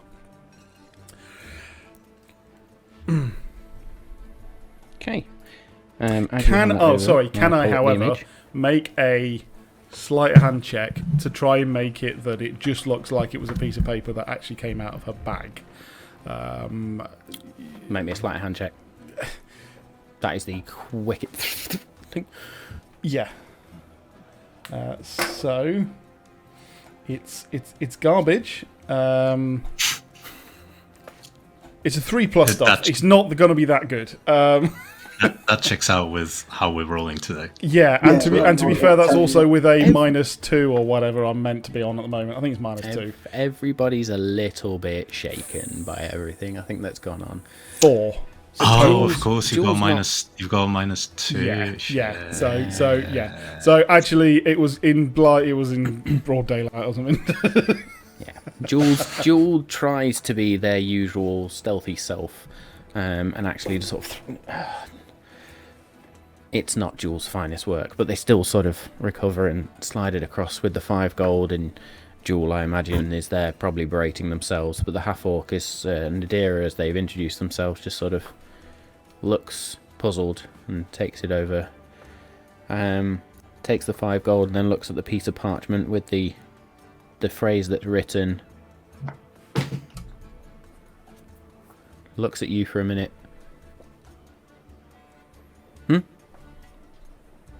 Places the parchment down. Thank you.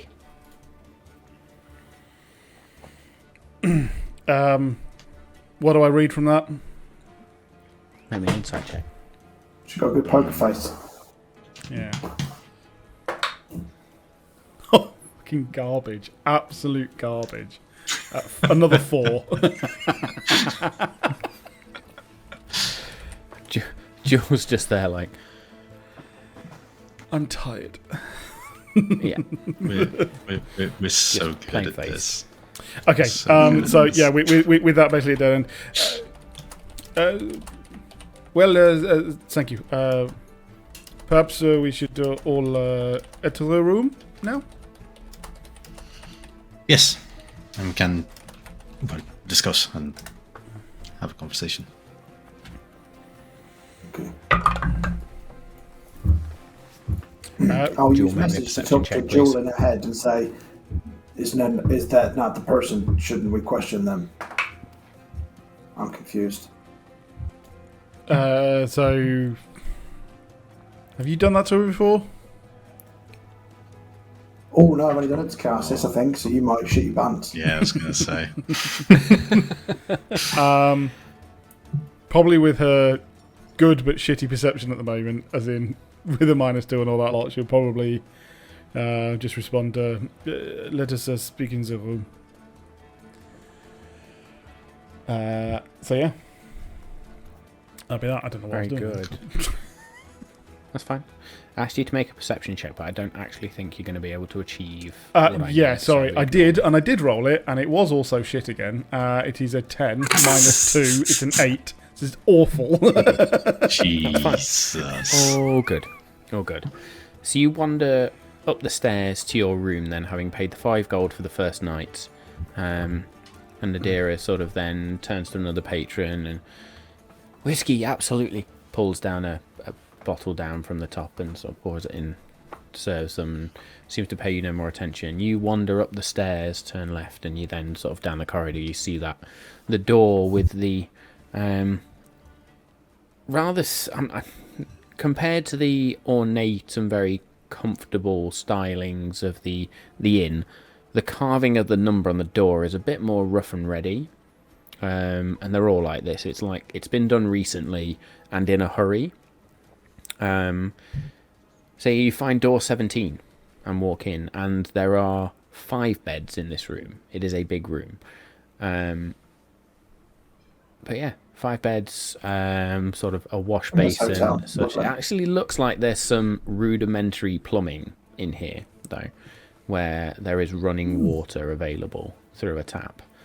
There is a water closet in the corner as well. We can have a nice poo while we're here and flush it. That'd be a treat, wouldn't it? The Romans have been around.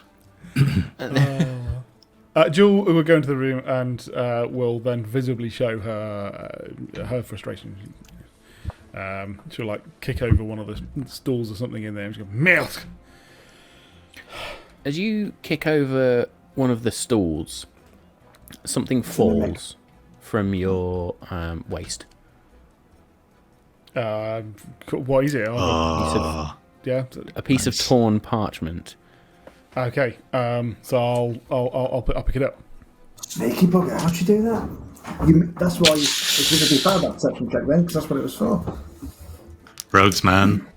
You'll know it. You'd know it. The phrase that is written underneath yours, which was go to ground when know the sky has eyes, underneath in slightly rougher handwriting than yours, it says, and the walls have ears, only then can you pause to breathe. And underneath that there is 2 words, or a set of numbers and letters. In fact, no, it wouldn't. It'd just be 2 words. At dusk. What time is it now? Morning. Cool. I'm glad none of you said 9 o'clock, because...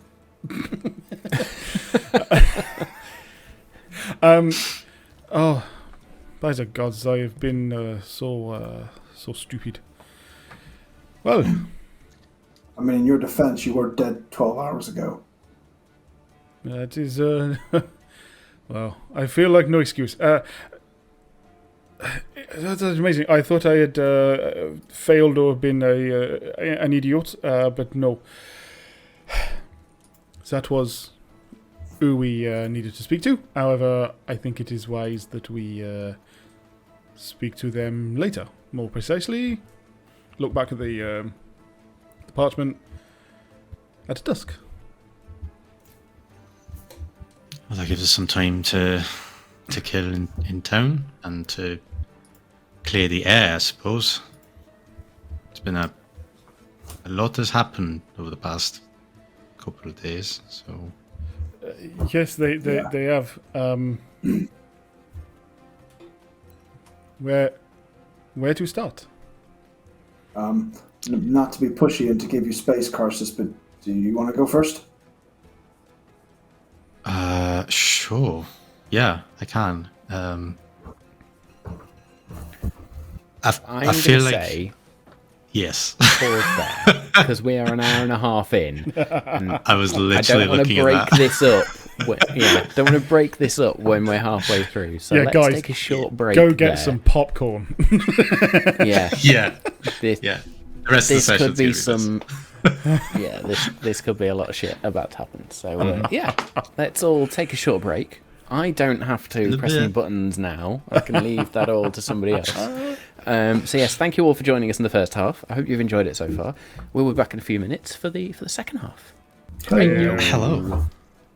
Let's try these guys. See if we can warm them up. There we go. So thank you all for joining us for part 2. A bit of an extended break there, just because everybody needed a moment. Cool. Yes, thank you. I'm going to say hello to everybody in chat. Thank you for all the amazing interaction, as always. It's very much appreciated. Thank you for those subscriptions in the first half as well. We love you all. You're all amazing. And yes, let us get back to room 17 within the Ironwood Inn, where our band of adventurers and detectives that still need a name have sat down. Jewel has found a piece of parchment, and the conversation has turned to what the fuck is going on with Karsus Wispcut. So Karsus. Yeah. So Karsus will kind of like sit everyone down and say, well, I suppose the first thing I wanted to say is to you, Jewel, it's I'm sorry I stormed out last night. You've been through something that I can't even begin to imagine what it feels like, but I guess it's not nice. It's not a nice experience. And I have not been through it myself before, and until now, so I do not really have anything to compare. Horrible, but I believe I am still coming to terms with it myself. I am not going to say it was. It's not that it wasn't heartbreaking for you not to be there, but I think the fact that you not being there spoke volumes. I do not know what they spoke, but yes. Seems I am not the only one who currently is holding some baggage. Yeah, certainly not. I wasn't upset with any of yous. When the ritual happened, I heard a voice, and the priestesses and sorry, what was the name of your other character, Dave? Morlin. That's it. It was Morlin somehow, because I remember Morlin. that as well.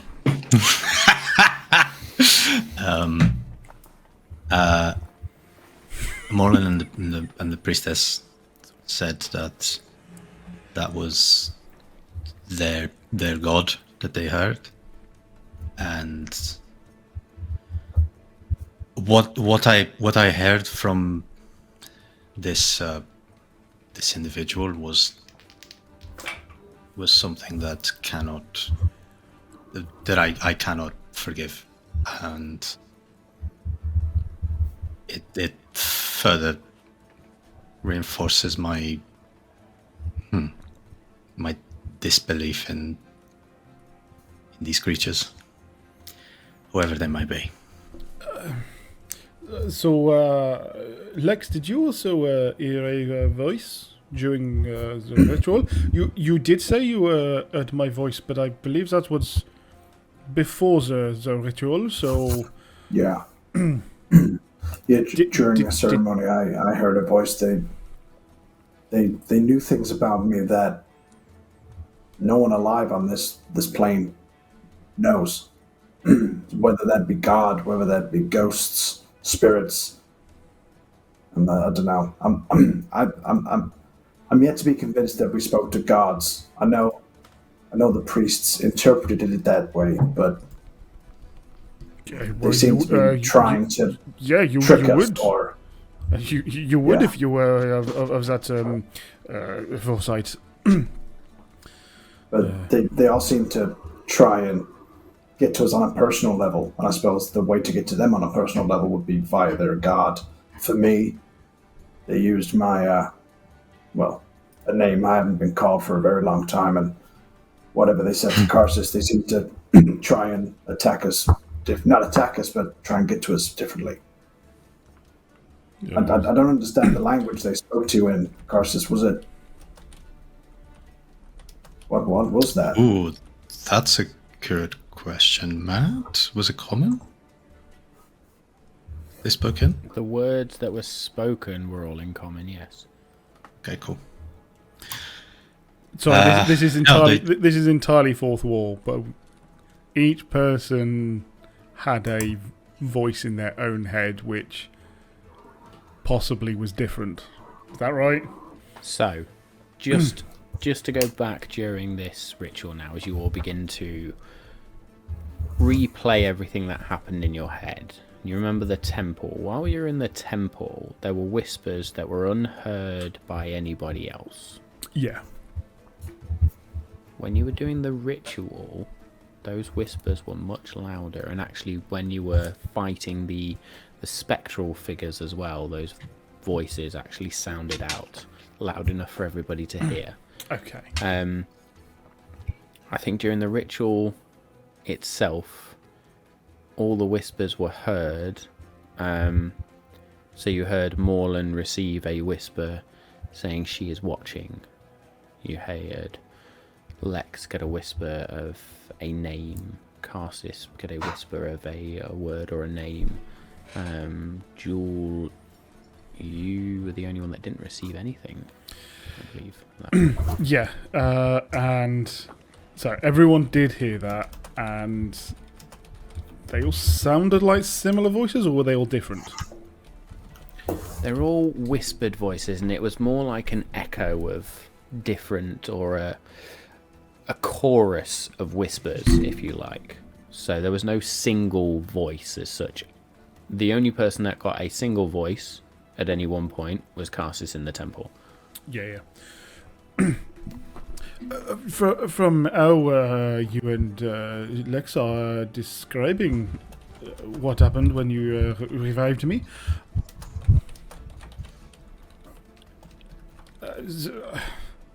is that not the whispers from the Astral plane where I was? Lex, you did say that you believe that artifact only goes to that one realm? Correct. Yeah.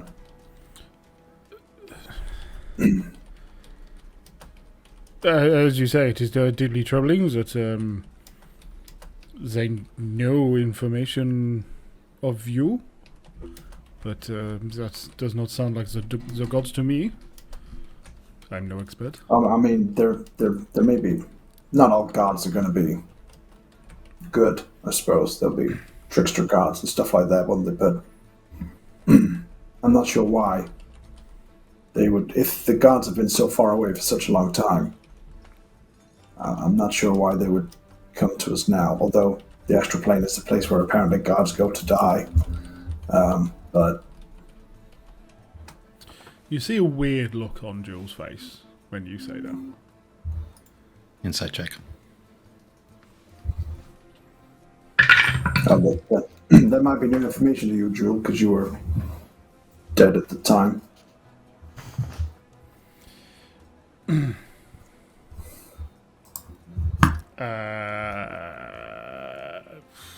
Suppose that's a 12?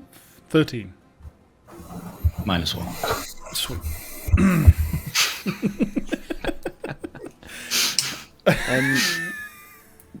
Jewel, make me a straight wisdom check with advantage, please. Sorry, straight intelligence check, not wisdom. Not with the point of exhaustion, he's not. As somebody points out, Samal's no longer Kirik anymore. Even without the point of exhaustion. I have to remember my -2, so it's an 18. 18. Yeah, that was. As the words "that's where gods go to die" ring out, there is almost a flash of memory. A form, a silhouette, surrounded by this halo of flickering stars.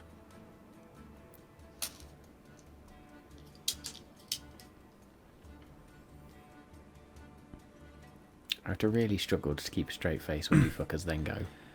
Yeah. Oh. What's that? Ooh. I was just wondering. I don't know whether it was just being tired and coming back, but I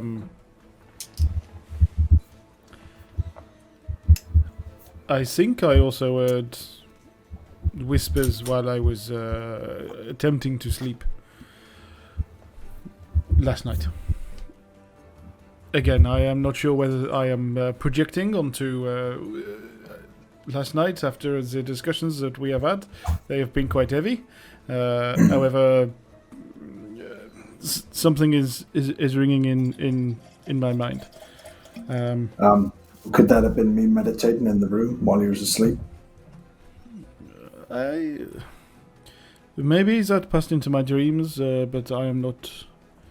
I am not totally sure.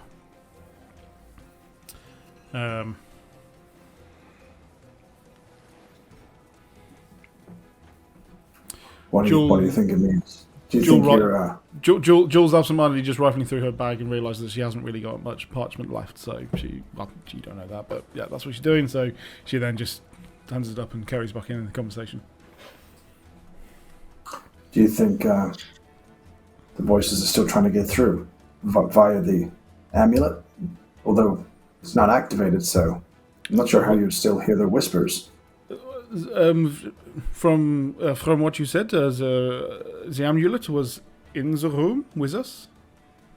Yeah, the amulet is what opens the portal to the astral plane. I have it on me, but I can't get to it. As you know, you couldn't open the chest either. Yes, so much to unpack, literally. Yeah, but perhaps maybe I am hoping for the easy answer, but I would believe that would make sense. It is a powerful artifact and must have some side effects. Maybe. You have the amulet? Yeah. You have after the we coins? after we saved Jewel Cog, put it in this chest. But unfortunately, I cannot open the chest. Only Cog can apparently open the chest, but they will not tell me why, and he's currently avoiding my questions. Another riddle for us to solve.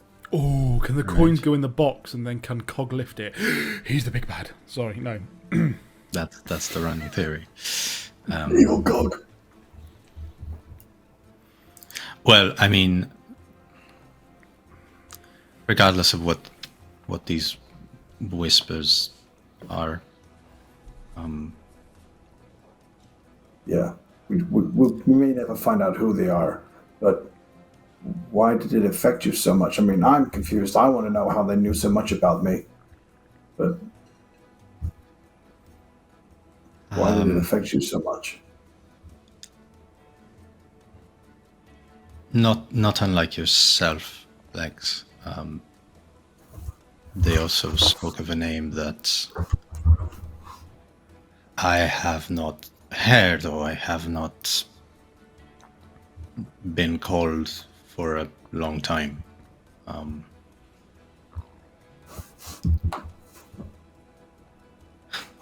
I guess if we are going to be traveling together, you should know.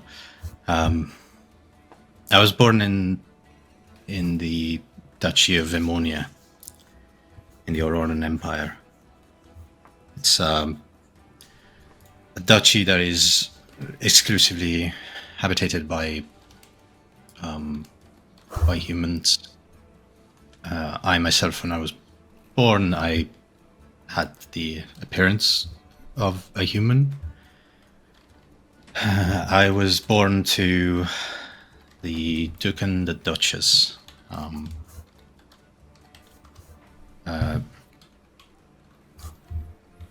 The Duke, called Kingsley, the Duchess, called Lucretia Ammonium.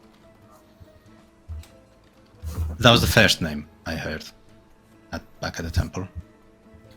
That explains why you were asking for the Ammonium flag earlier. Right, okay. Sorry, I interrupted you. When, I mean, everything was fine. Lex, we've had a small conversation about this. Until I was about 5, and these, and I point to my horns, started to show up. And that's when things got ugly. Obviously, the people that I grew up calling parents. There's a whole thing about Emonia. They believe that humans are the most versatile of species. They learn things faster, they adapt quicker, they survive longer. They make do of their short lifespans in comparison to others by exploring magic and sorcery and all sorts of things. That's why Ammonium has no other ancestry. The Duke and Duchess do not allow any other individuals. So you might imagine that someone like me, born into the house, it wasn't a good look, because it meant that the family line had been corrupted by a demon, or someone that itself had been corrupted by a demon, which meant that Lucretia was the one and Kingsley was not happy. But At first, the horns were being filed down to keep up the human appearance. Cassis, I am so sorry. And it's in the past.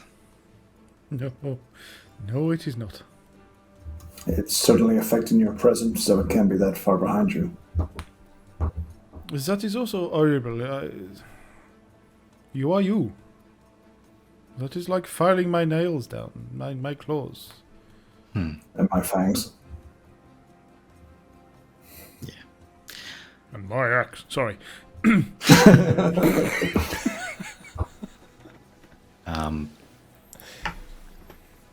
The thing about them was that they kept regrowing, stronger, more prominent, until it became really impossible, or frankly too painful for the filing to continue to happen. And so magicians were called in. I was put through many a spell to disguise my appearance. But that meant after a while that too many people knew the secret. I assumed that none of those are alive. But when that became impossible, then I was effectively secluded to my room for a long time. And when... Is that where you learned magic? Well, this is the thing. Did you know this before, or...? No, when the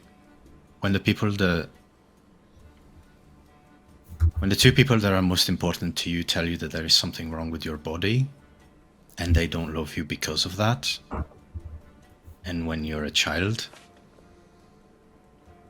you want to do everything you can to reverse that.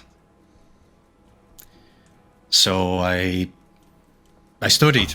I learned things about magic. I learned things about humans. I tried to learn things about what I understand now to be my ancestry. But as you might imagine, in a location like this, there's not much. I guess they thought it was a curse. I don't know what the official lie to the people was, or what Kingsley and Lucretia thought. But I know that when that happens, when you try to appease to those people again,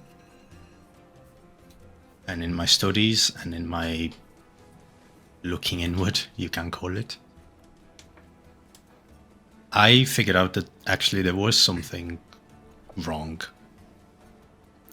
And it wasn't that I had horns, or it wasn't that I had a tail, or it wasn't that I was slightly stronger and faster and didn't burn as easily as other people. It was the fact that these people that I was surrounded by, they were raising me as a daughter.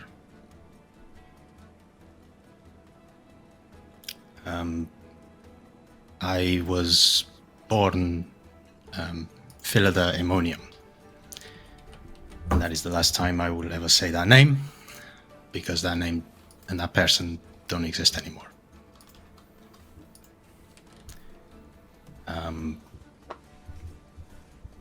And that was the name that I heard in the whispers.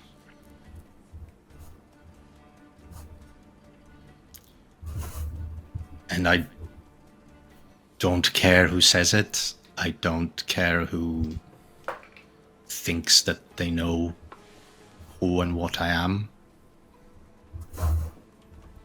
But they spoke a name that is dead.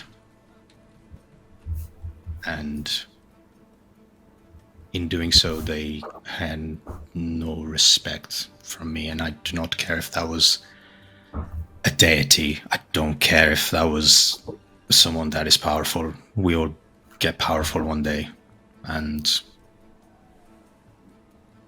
I can't get behind it, especially when everything I saw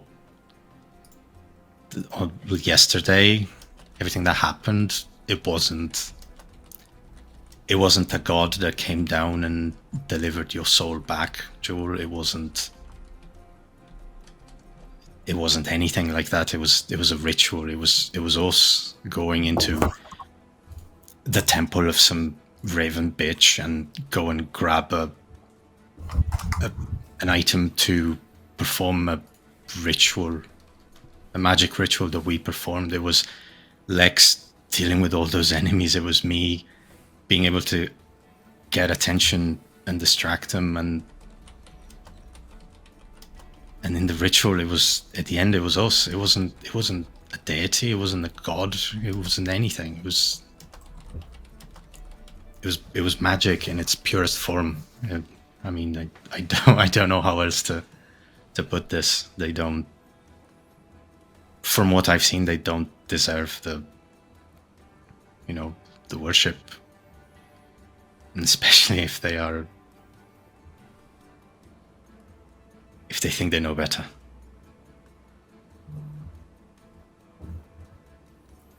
I am not going to say that we know better, but I agree with you. Neither do they. Lex doesn't know what to say, but what you'll get is his version of an emotional his. I was going to say, on that, Cassis, you have no say in what is about to happen, and she just goes up and hugs you. So are we having a group hug? Is Lex capable? It'll be awkward, but it'll be heartfelt awkward. Heartfelt awkward, yeah. That's the right emotional state. There's the fan art we need right now. Proper awkward, just third person Just let round. Lex in the middle like that, and then you two around. Yeah. And it's like the tallest person and the shortest person hugging, and then like the middle one just like... Yeah. I hug like a Muppet, like they can't put their arms out, obviously, because they're puppets, so they kind of just lean on each other, don't they? That's what I like. Yeah. After a couple of seconds, Joel will, we'll let go. Cassis, I don't know how you have been carrying. Well done. You are Cassis. It is where we have only ever known you as that, and that is who you are. These extra planar shitheads will pay. It does maybe buy into the theory, though, if I think they only know a name that I haven't been called for a long time. I think other people who know that name are dead. People who know that your dead name may also be dead. It might make more sense that we were speaking to dead spirits rather than gods. Yeah, about that. I've kind of fled I fled Emonia. I fled the Empire. And I am essentially being haunted by them, because if someone finds me, or if they think that I'll talk, even though I really don't want to talk about that place or about that life, that's a big blow for Emonia.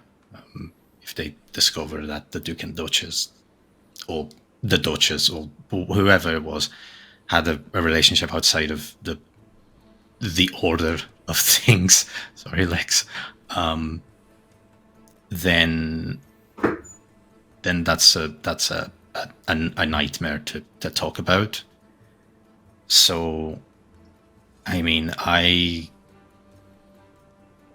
don't think they've got the track on me, but I have thought that before, and I let my guard down, and people got hurt, and they do know that they do know that my name is Garces, and they do know that, well, they know what I look like, even though I look very different than what I did prior, but. That puts it all in my plan. I was thinking entirely logically that we fake your deaths. But if they know you as Cassis and you are quite obvious, if I may say so, I feel that may not work. So you may have already tried. Yeah, I mean, when I was traveling with a before I met you, not long before I met you, Joel, actually. I was traveling with a circus.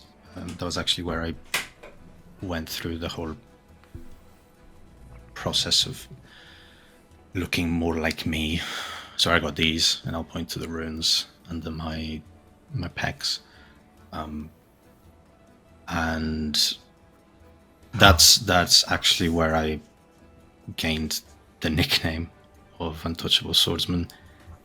I was an attraction of sorts. People would come in, and the deal was that they would have to be able to, well, you can probably tell, cut me with a sword in combat. They never managed to, and so I gained that name. And then one day someone tried, and turned out it was a group of mercenaries coming to get me. So they, unfortunately for them, came to the very wrong place to attempt to do something like that. But it showed me that Immonia has resources, and they can get to places. Can't let my guard down, basically. And so just so you know, that if you travel with me, perhaps at some point that might happen. It's a danger, but. Oh no! What are we going to do if we get into danger? That is unknown Kill for them. us. Kill them all, probably. I am inclined to agree logical with thing to do. Lex. As if they try to kill us, we kill them. If we see any devils, or was it devils, demons? I cannot remember. We rip them apart. Yeah, it seems to me that I'm going to speak ill of your parents now, so forgive me in advance. It seems to me They're they not have upset parents. the balance of society, so the only way to restore that balance is to rid them of the rule and all their minions, right? Well, I mean, I don't know if killing is the right thing to do to them, but Dethrone, at least. I think the worst thing that could happen to them is to realize that I actually am living a better life without them than I would with them. So anything, we need to increase your fame and rub it in their face? Is that what we're saying? Yeah. And I also want to discover what happened, where I come from, who is my actual father. I'm assuming the mother is pretty clear, because of the way the things work, but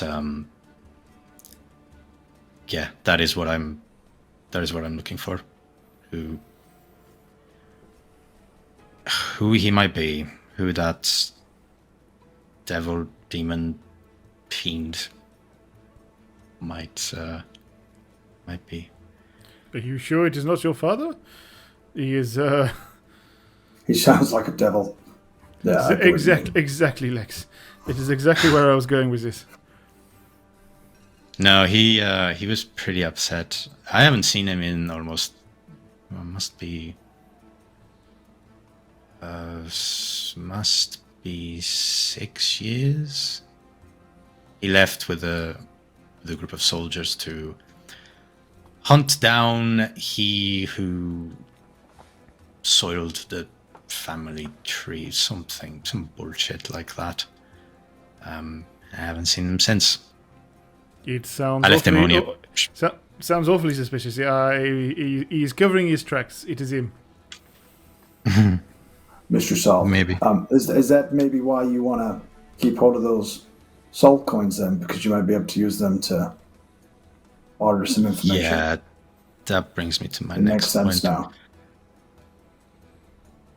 Yes, I said that the reason to keep the coins was because I wanted to keep it away from evil people, whatever that means.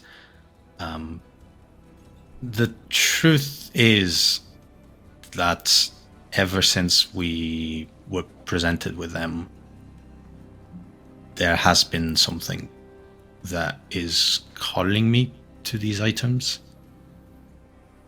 Oh shit! And it is not a rational thing. It is not something I can control. But that was the reason, Lex, why when I didn't know where you were in the temple, I followed that calling,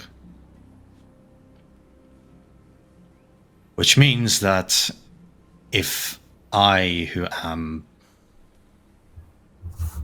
50% or less devil, can do that, it means that we have as long as we travel with these coins, we have a huge target on our backs. And I mean, the first time we came across those that want these, one of us fell, and I don't think we... Yeah, I don't know how much we want to try our luck, but to me, this is the closest. This is the only way I can think of right now that I might get some information about who my father is. So as far as you know, that's where I stand, and you're all right with the risk. Well, to be honest, I did try to get rid of them. You'd already left the room at this point. I tried to give them to the priestess to free the souls inside, just to stop their suffering, but she refused to take them because the way she saw it, the souls deserved to be there for whatever they had done. If you think we might get attacked, is there a way to block the signal? Do you think? That is a good question. I don't know. I mean, I suppose if we were able to disrupt the magic of the coins momentarily, or I suppose something like an anti-magic field, but that's highly advanced. I've only read of those, and very advanced stuff is way beyond what I can do, for sure. I don't know about you, but... Yeah. So I'm just thinking they're in a bag. You can still trace them when they're inside this bag of holding, which is technically a pocket dimension, right? And you can still feel them, or at least one of them. Ooh. Have we tried that? Well, if you... Breaking character for a second. If you found me, because I had one on me, because we all kept one on us, didn't we? Well, me and you did. Mm-hmm. If you found one on me, it would have been in my bag. Was it in your bag of holding? I assumed According to my so that would be character sheet, but not that probably would be in real life. me. Okay. So we assumed that, or I made the assumption that the coin was actually in your coat rather than in your bag, so that you could make use of it. Let's go We with can back on that. that. So no, that's not been tested. So we could see if we could put it in the bag of holding and see if you could still feel its influence. Yeah, sure. I'm happy to try that. In just put the In whole theory, bag in? it is a different plane. So I have no idea how. But yeah, I have no directions to that plane. Yeah, it's a bit confusing, but I can only feel these ones. I'm assuming that like this is used as currency in the hells, and I can't feel those. Well, let me put it in the bag. See what happens. I'll. You put the one Before you do. coin in there, or you put in the whole bag? Well, I'm thinking if we put the whole bag in, if we put one coin in, he'll still feel the rest of the bag. So we need to put the whole bag in, I think. Sorry, somehow I interrupted you. I forgot what I was saying. Oh yeah, before Lex does that, I will just kind of like close my eyes and take a moment to kind of reconnect with that pull to the coins. And that pull is very much stronger now. It's almost a centering within your body, knowing where they are, and the majority are being carried by you. But make me a charisma check, please, and ignore any exhaustion points for this. A charisma check 6. Okay. So yeah, it just very much feels like that pull towards your central mass. But then there is... Does Jewel have a coin as well, or is it just Lex?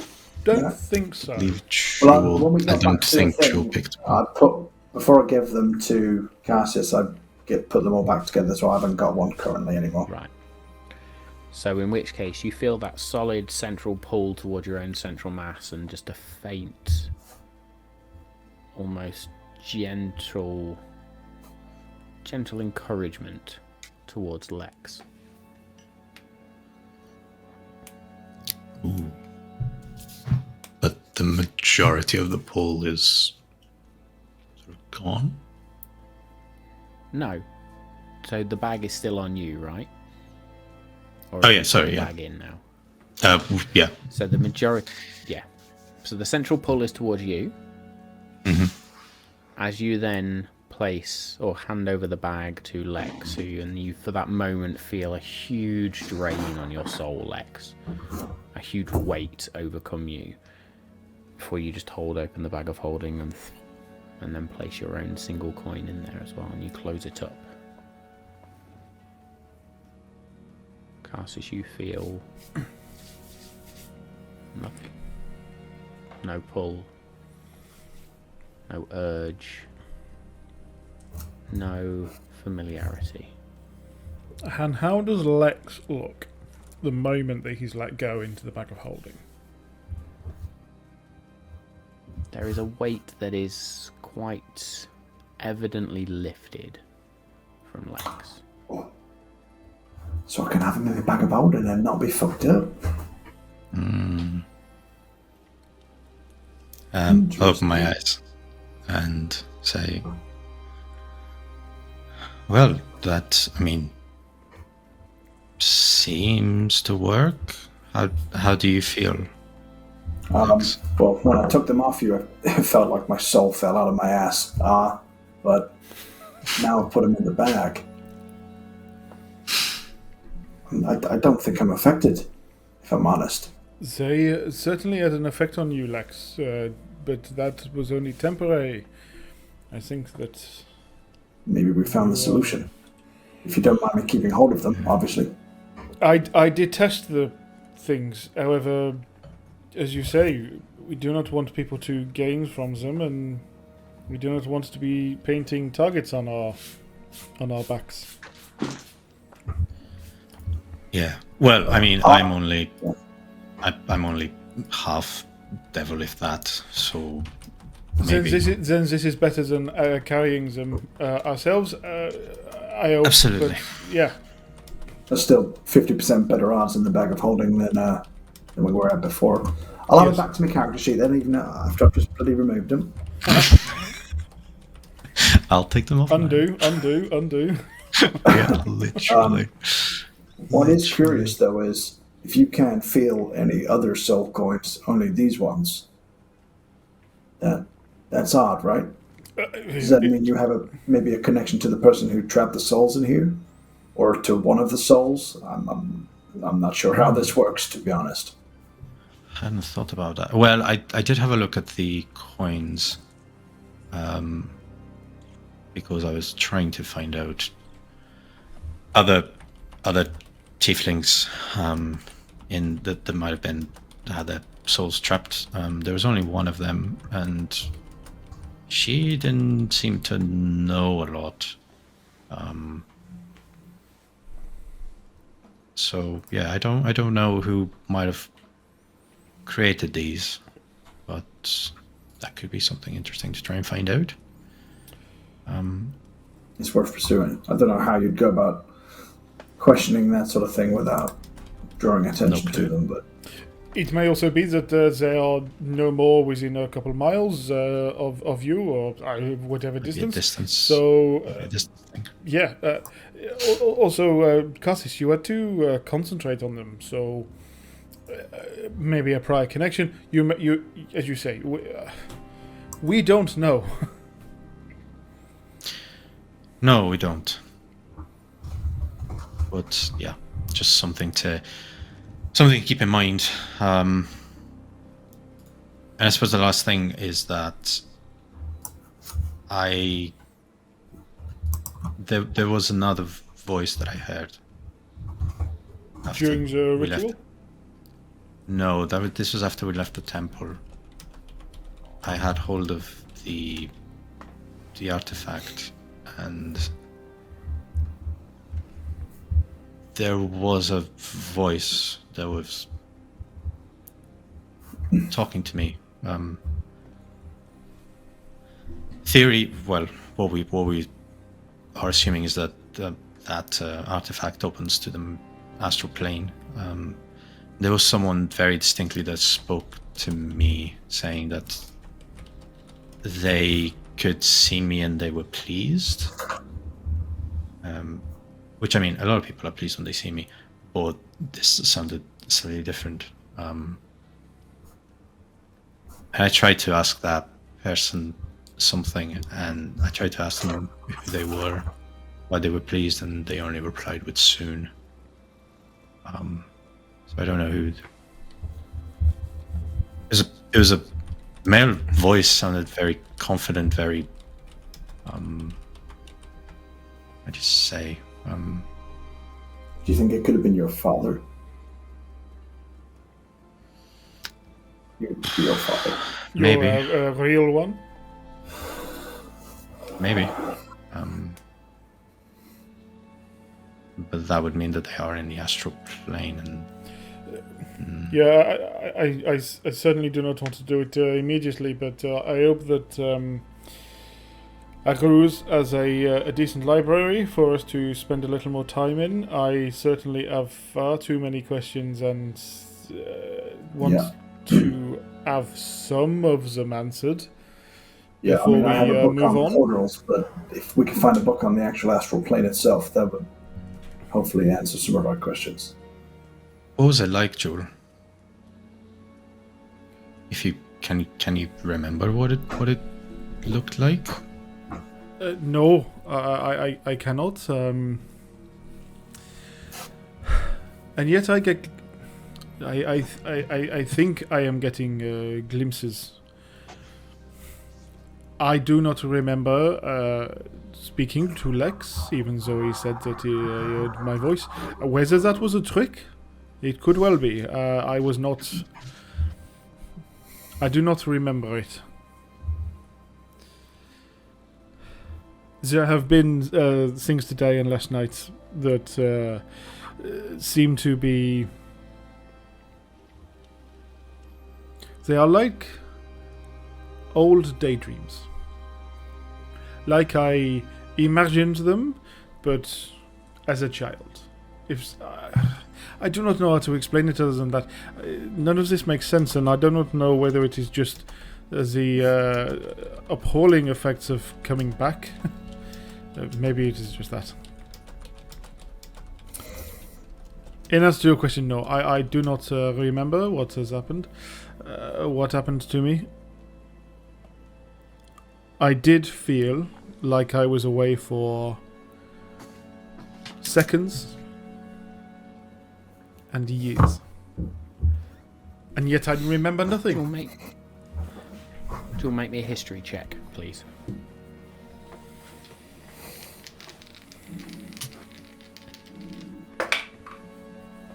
$12.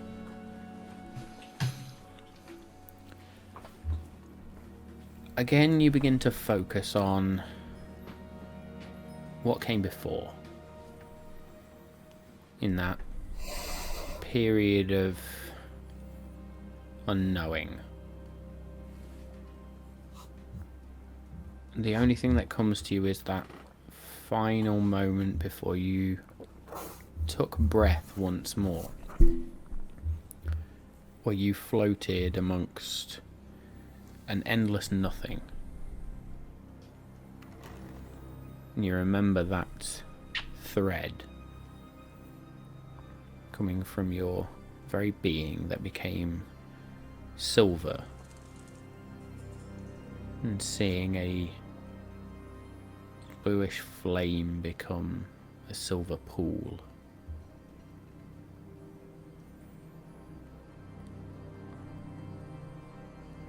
And then light, breath, familiarity, and seeing your friends about you.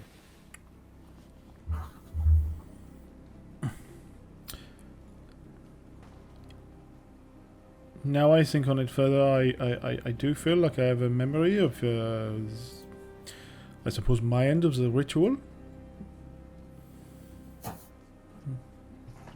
You were, in essence, my anchor and bringing me home.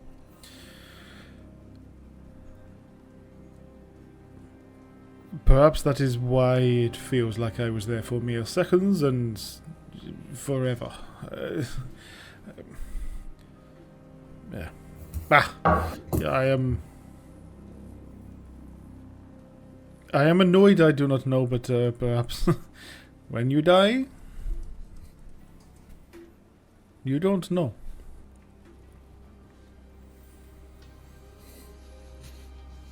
I do not feel myself. Again, I hope that a couple of good nights rest, along with what we are doing, and I shall feel myself again. Not like that, Cassis.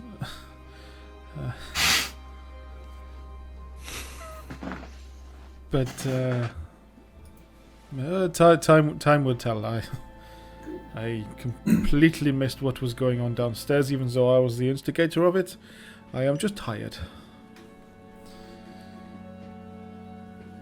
But if you do hear any more whispers, you must try and work through it together.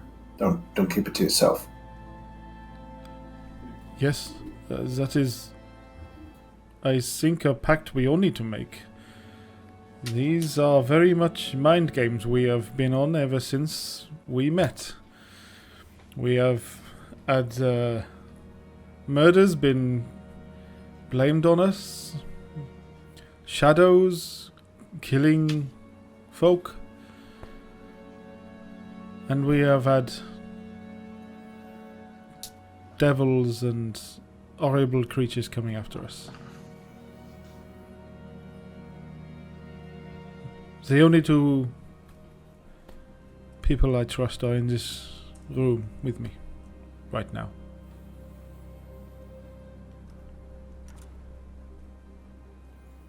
Likewise. Yeah, we're our strongest allies. I mean, the crew of the Ebermurfer Of course. are allies, but I know what you mean. They're still being paid for their service somewhat. Well, they're potential allies. They are allies. They are allies, and no, you are correct. I do trust them.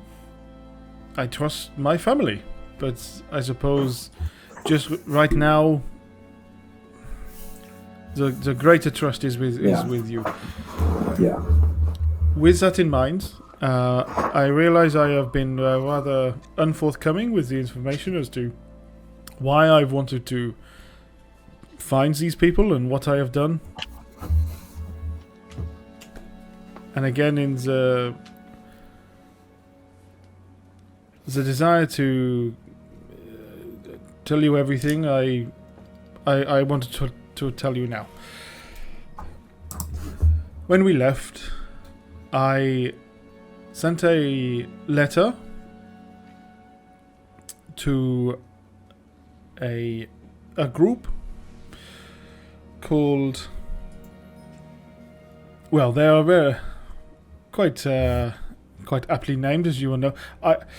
I gave them a letter because I wanted to find more information about Cassis, your we keep saying friend.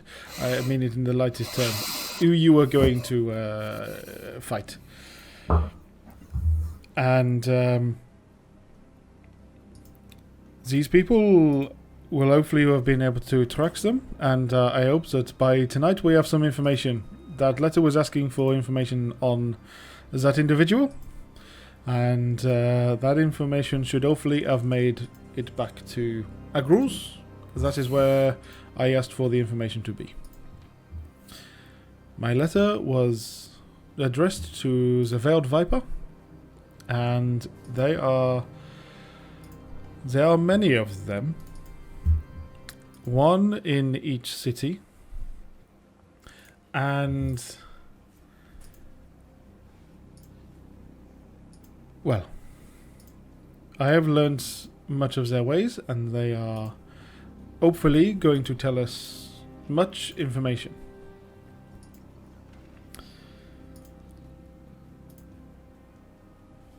If I understand correctly, the Arfolk downstairs is part of the organization and will be able to tell us more information.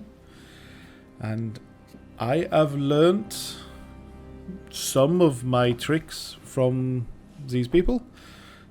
They are not to be trusted, and yet with the right assistance, they are very, very helpful. So that, I suppose, if Carsus is being hunted by mercenaries, they could also use the Veiled Vipers to find us. It is a risk. I hope that my small connection will help. However, you are correct. It is a risk. I suppose it is partially who pays better, but also they do not necessarily sell one of their own out. So I don't know how far that stretches to their friends. Is it safe to say that Ammonia is not popular outside of Ammonium because of their distorted views on life? Matt, is it safe to assume that? Make me a history check, please.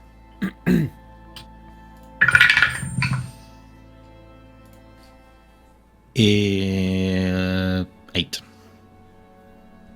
8. Having been hidden away somewhat from the politics of Ammonia, and not really understanding the full scale of the Auroran Empire itself, and the machinations that go on, you struggle somewhat to really answer the question. But you do remember that your parents, in finger quotes, used to host grand parties that would include the hierarchy, the nobles, the politicians across the Auroran Empire. Just for the record, King Ander would think they're cunts. Canon? Noted.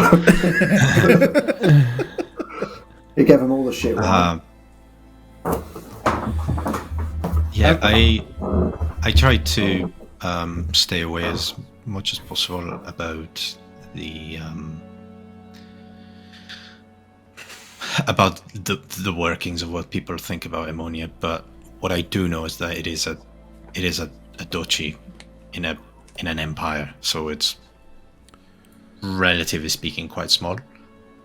But I know that when I was there, and one of the many events I had to attend as a child of the Ammonium House, there were a lot of dignitaries. There were like banquets and parties, and people were invited. The dignitaries and nobles of the empire were invited in, and they would come and they would have a good time. And it's my understanding that the Duke and Duchess are actually people that are respected within the empire itself. So I don't know if outside of the empire people really care about a single duchy as opposed to the empire on its own. But yeah, within, I would rather not step foot in the empire, for example, until I am ready to be found. But I don't mind. I don't mind it when I'm out of it, because it's a matter of perspective. People will not care where I'm from, and when you speak, when you speak where you're from, you say the country. You don't say the small location if you're outside of that country. So yeah. I am interested if either of you have ever heard of the Serpent's Cloak. Did we? I know all about it, mate, but not as Lex. Yeah, as players, yes. Yeah, familiar. One of us Yet basically again, founded the whole damn thing. I'm the reason it's still in existence and profulating. I'm going to ask both of you to make history checks, please. Yet again. It sounds like a cool cult Lots of that memory the checks. UNT would have had, but no. That's a 7 for Calcis. Come on. That disadvantage is really fucking up, man. That's rough. 12. Although it's my best roll so far tonight. Karsish, no. Never come across them. Never heard the name. Lex, something. Maybe a whisper, maybe a passing comment. You've heard the name, maybe. I feel like I've heard the name before, but whether it's just a story told to me as a child, is it anything to do with the Serpent God, or that I'm just guessing at this point? No, not as much as I'm aware. They are the group and organization I am talking about. If you need underground information or you need to be hidden, these are the people you ask. Are you a member? No.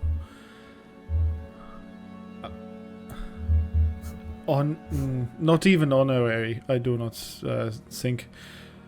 I believe that I was given enough information and I was possibly going to become a prodigy, but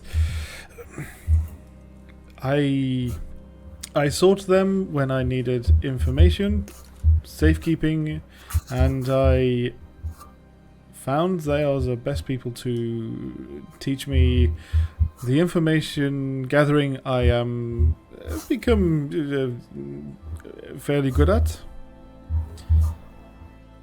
Their industry is information.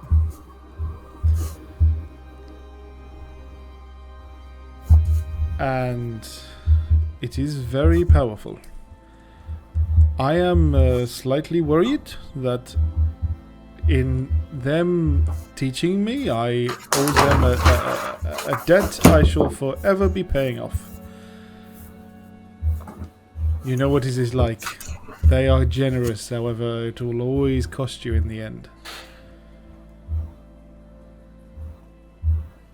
I have made my bed, I will lay in it. But we are in desperate times, so I have decided we need to lean on them again. So I sent the letter. As long as that bed isn't a deathbed, I'll support your decision. If only I could tell them that I have already died, and then perhaps I am scot-free. Well, yeah, an argument could be made if it's a deal for the rest of your life that technically... Is that, the contract's been fulfilled. Well, I'm sure Lex can argue makes for perfect it. sense. I can persuade them of that. If it comes to that, then we'll just have to find out. Maybe I'm just being horrendously paranoid about the whole situation. I'm sure you understand. I know how these organizations run, and so I believe that as much as they have been entirely cordial to me in my time, we may speak to the Arfolk downstairs and find that I am by far and away not free. Yeah. With that in mind, Lex, if it's not too much to ask, I think whenever we spend a night in a different place, if you could do that spell that you have to let us know when we'll come into our room. Both when we're here and when we're not here. It's always useful information to have. So I think as we develop our skills, anything we can do to watch our backs, I think it's... Yeah. I think that is a perfectly reasonable idea. I did pay for the information that we have had. It is how they work. It is obviously, like I've said, their business is information. I paid for it. I hope that in again what I have done and what I am using code phrases to tell them, I am at least showing them my willingness to keep this very quiet. I'm not just coming in and going, "Does anyone know the serpent's cloak?" So, trying to be quite quiet about this. I clearly was too tired. I was hoping to be slightly more discreet when I handed it over, but I feel I made rather a fool of myself.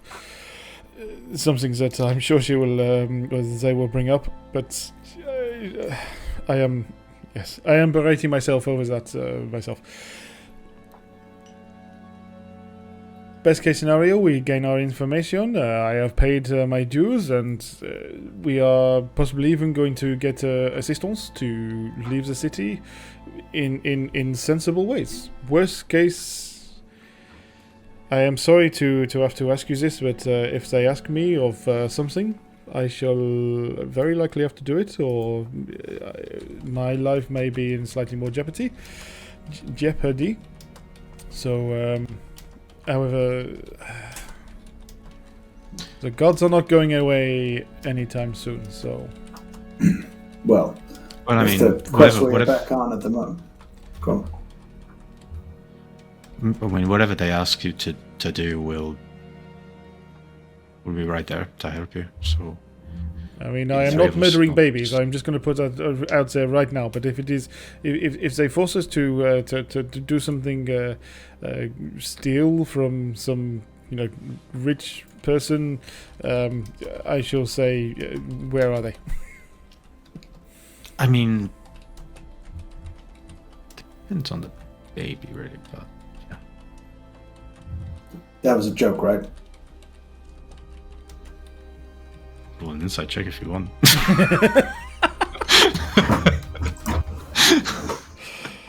don't know if I want to know. I was about to say, I'm pretty sure that Jules going to fail that God, insight check. you're giving me minus shit. I've not got a 19, mate.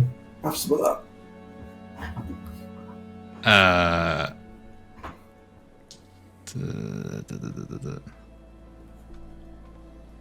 It is not untrue.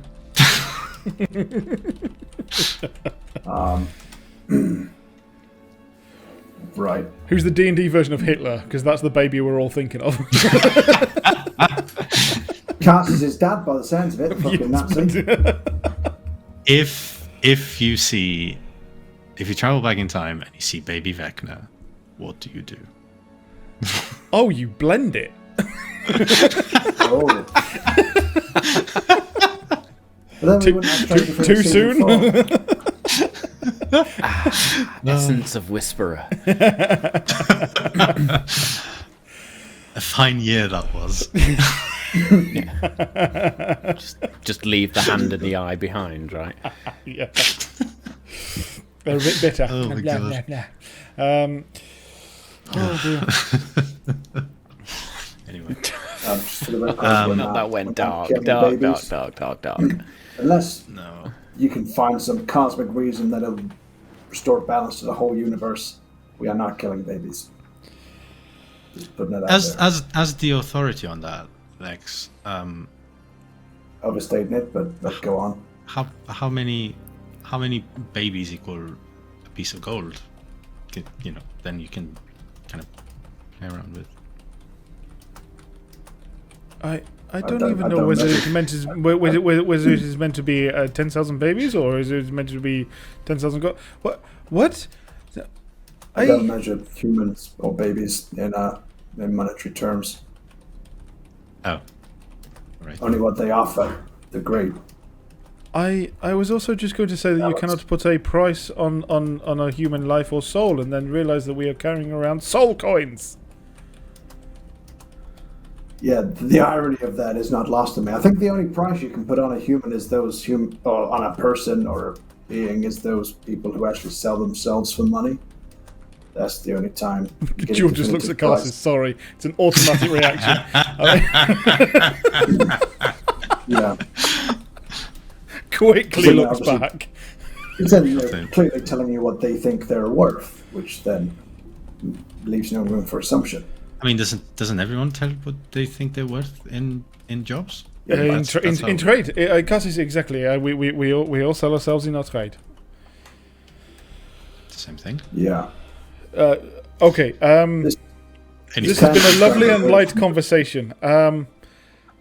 It is still morning, and we have until dusk until we can. Late morning. We have until nightfall until. I have no idea. Are they going to find us? Probably at this point, or we need to go and find them, or we're going to go wandering and they are going to suddenly appear. I am out of my depth, but I am weirdly quite enjoying it. Let us discuss what we are going to do between now and then. Food. I am knackered. Food is good. I have a couple of spells in this other spell book I would like to copy to my known. So that would take me a couple of hours, like maybe even a little bit more. But yeah, I suppose the are we like the idea is that we're still heading west, right? We want to go to the Crystalline Isle to help yes. Lex, right? I mean, if we're back on the mission of trying to solve these murders and find out what the shadows were doing, with the important side quest of now Carson's real father and my planar investigations, which we're all kind of aligned on that at the moment. Yeah, if we go west to the Crystalline Circle, that hopefully we'll get more information on what Artemisia was working on, whether we can gather any clues, whether she accidentally summoned these creatures, or if we can find a way to track them. Yes, remember the reason I ended up in that city as well is also what was happening in my village. I tracked it all the way to the city. something is happening. Someone is behind it. Whether it is the person I saw outside my village in the forest, I did lose their trail, but I've been hoping to find more information. Yes, we are on the mission for further facts. And if we deem them trustworthy enough to divulge other information they may know, being, I suppose, a collegiate of knowledge gathering, sorcerers, wizards, whoever they are, magic users, they might know more about the astral plane that they could teach us. Mm-hmm. I certainly would like to know more as to what happened. As you said, I know we keep saying it, but I did not actually die. But I kind of did. If someone is able to explain that,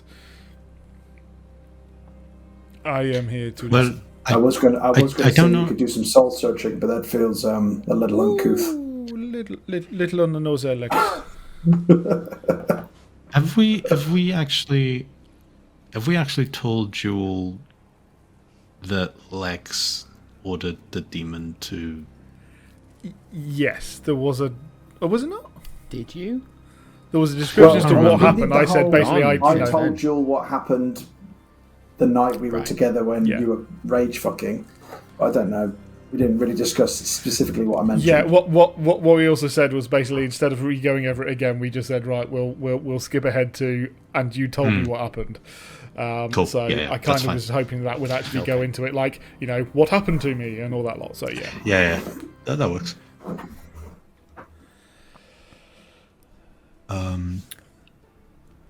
Right. Well, I think we order some food. Joel, you look like shit, but that's understandable considering everything. So, if we don't have to leave until dusk, then we could, if you wanted to, or you could catch some shut-eye or try to.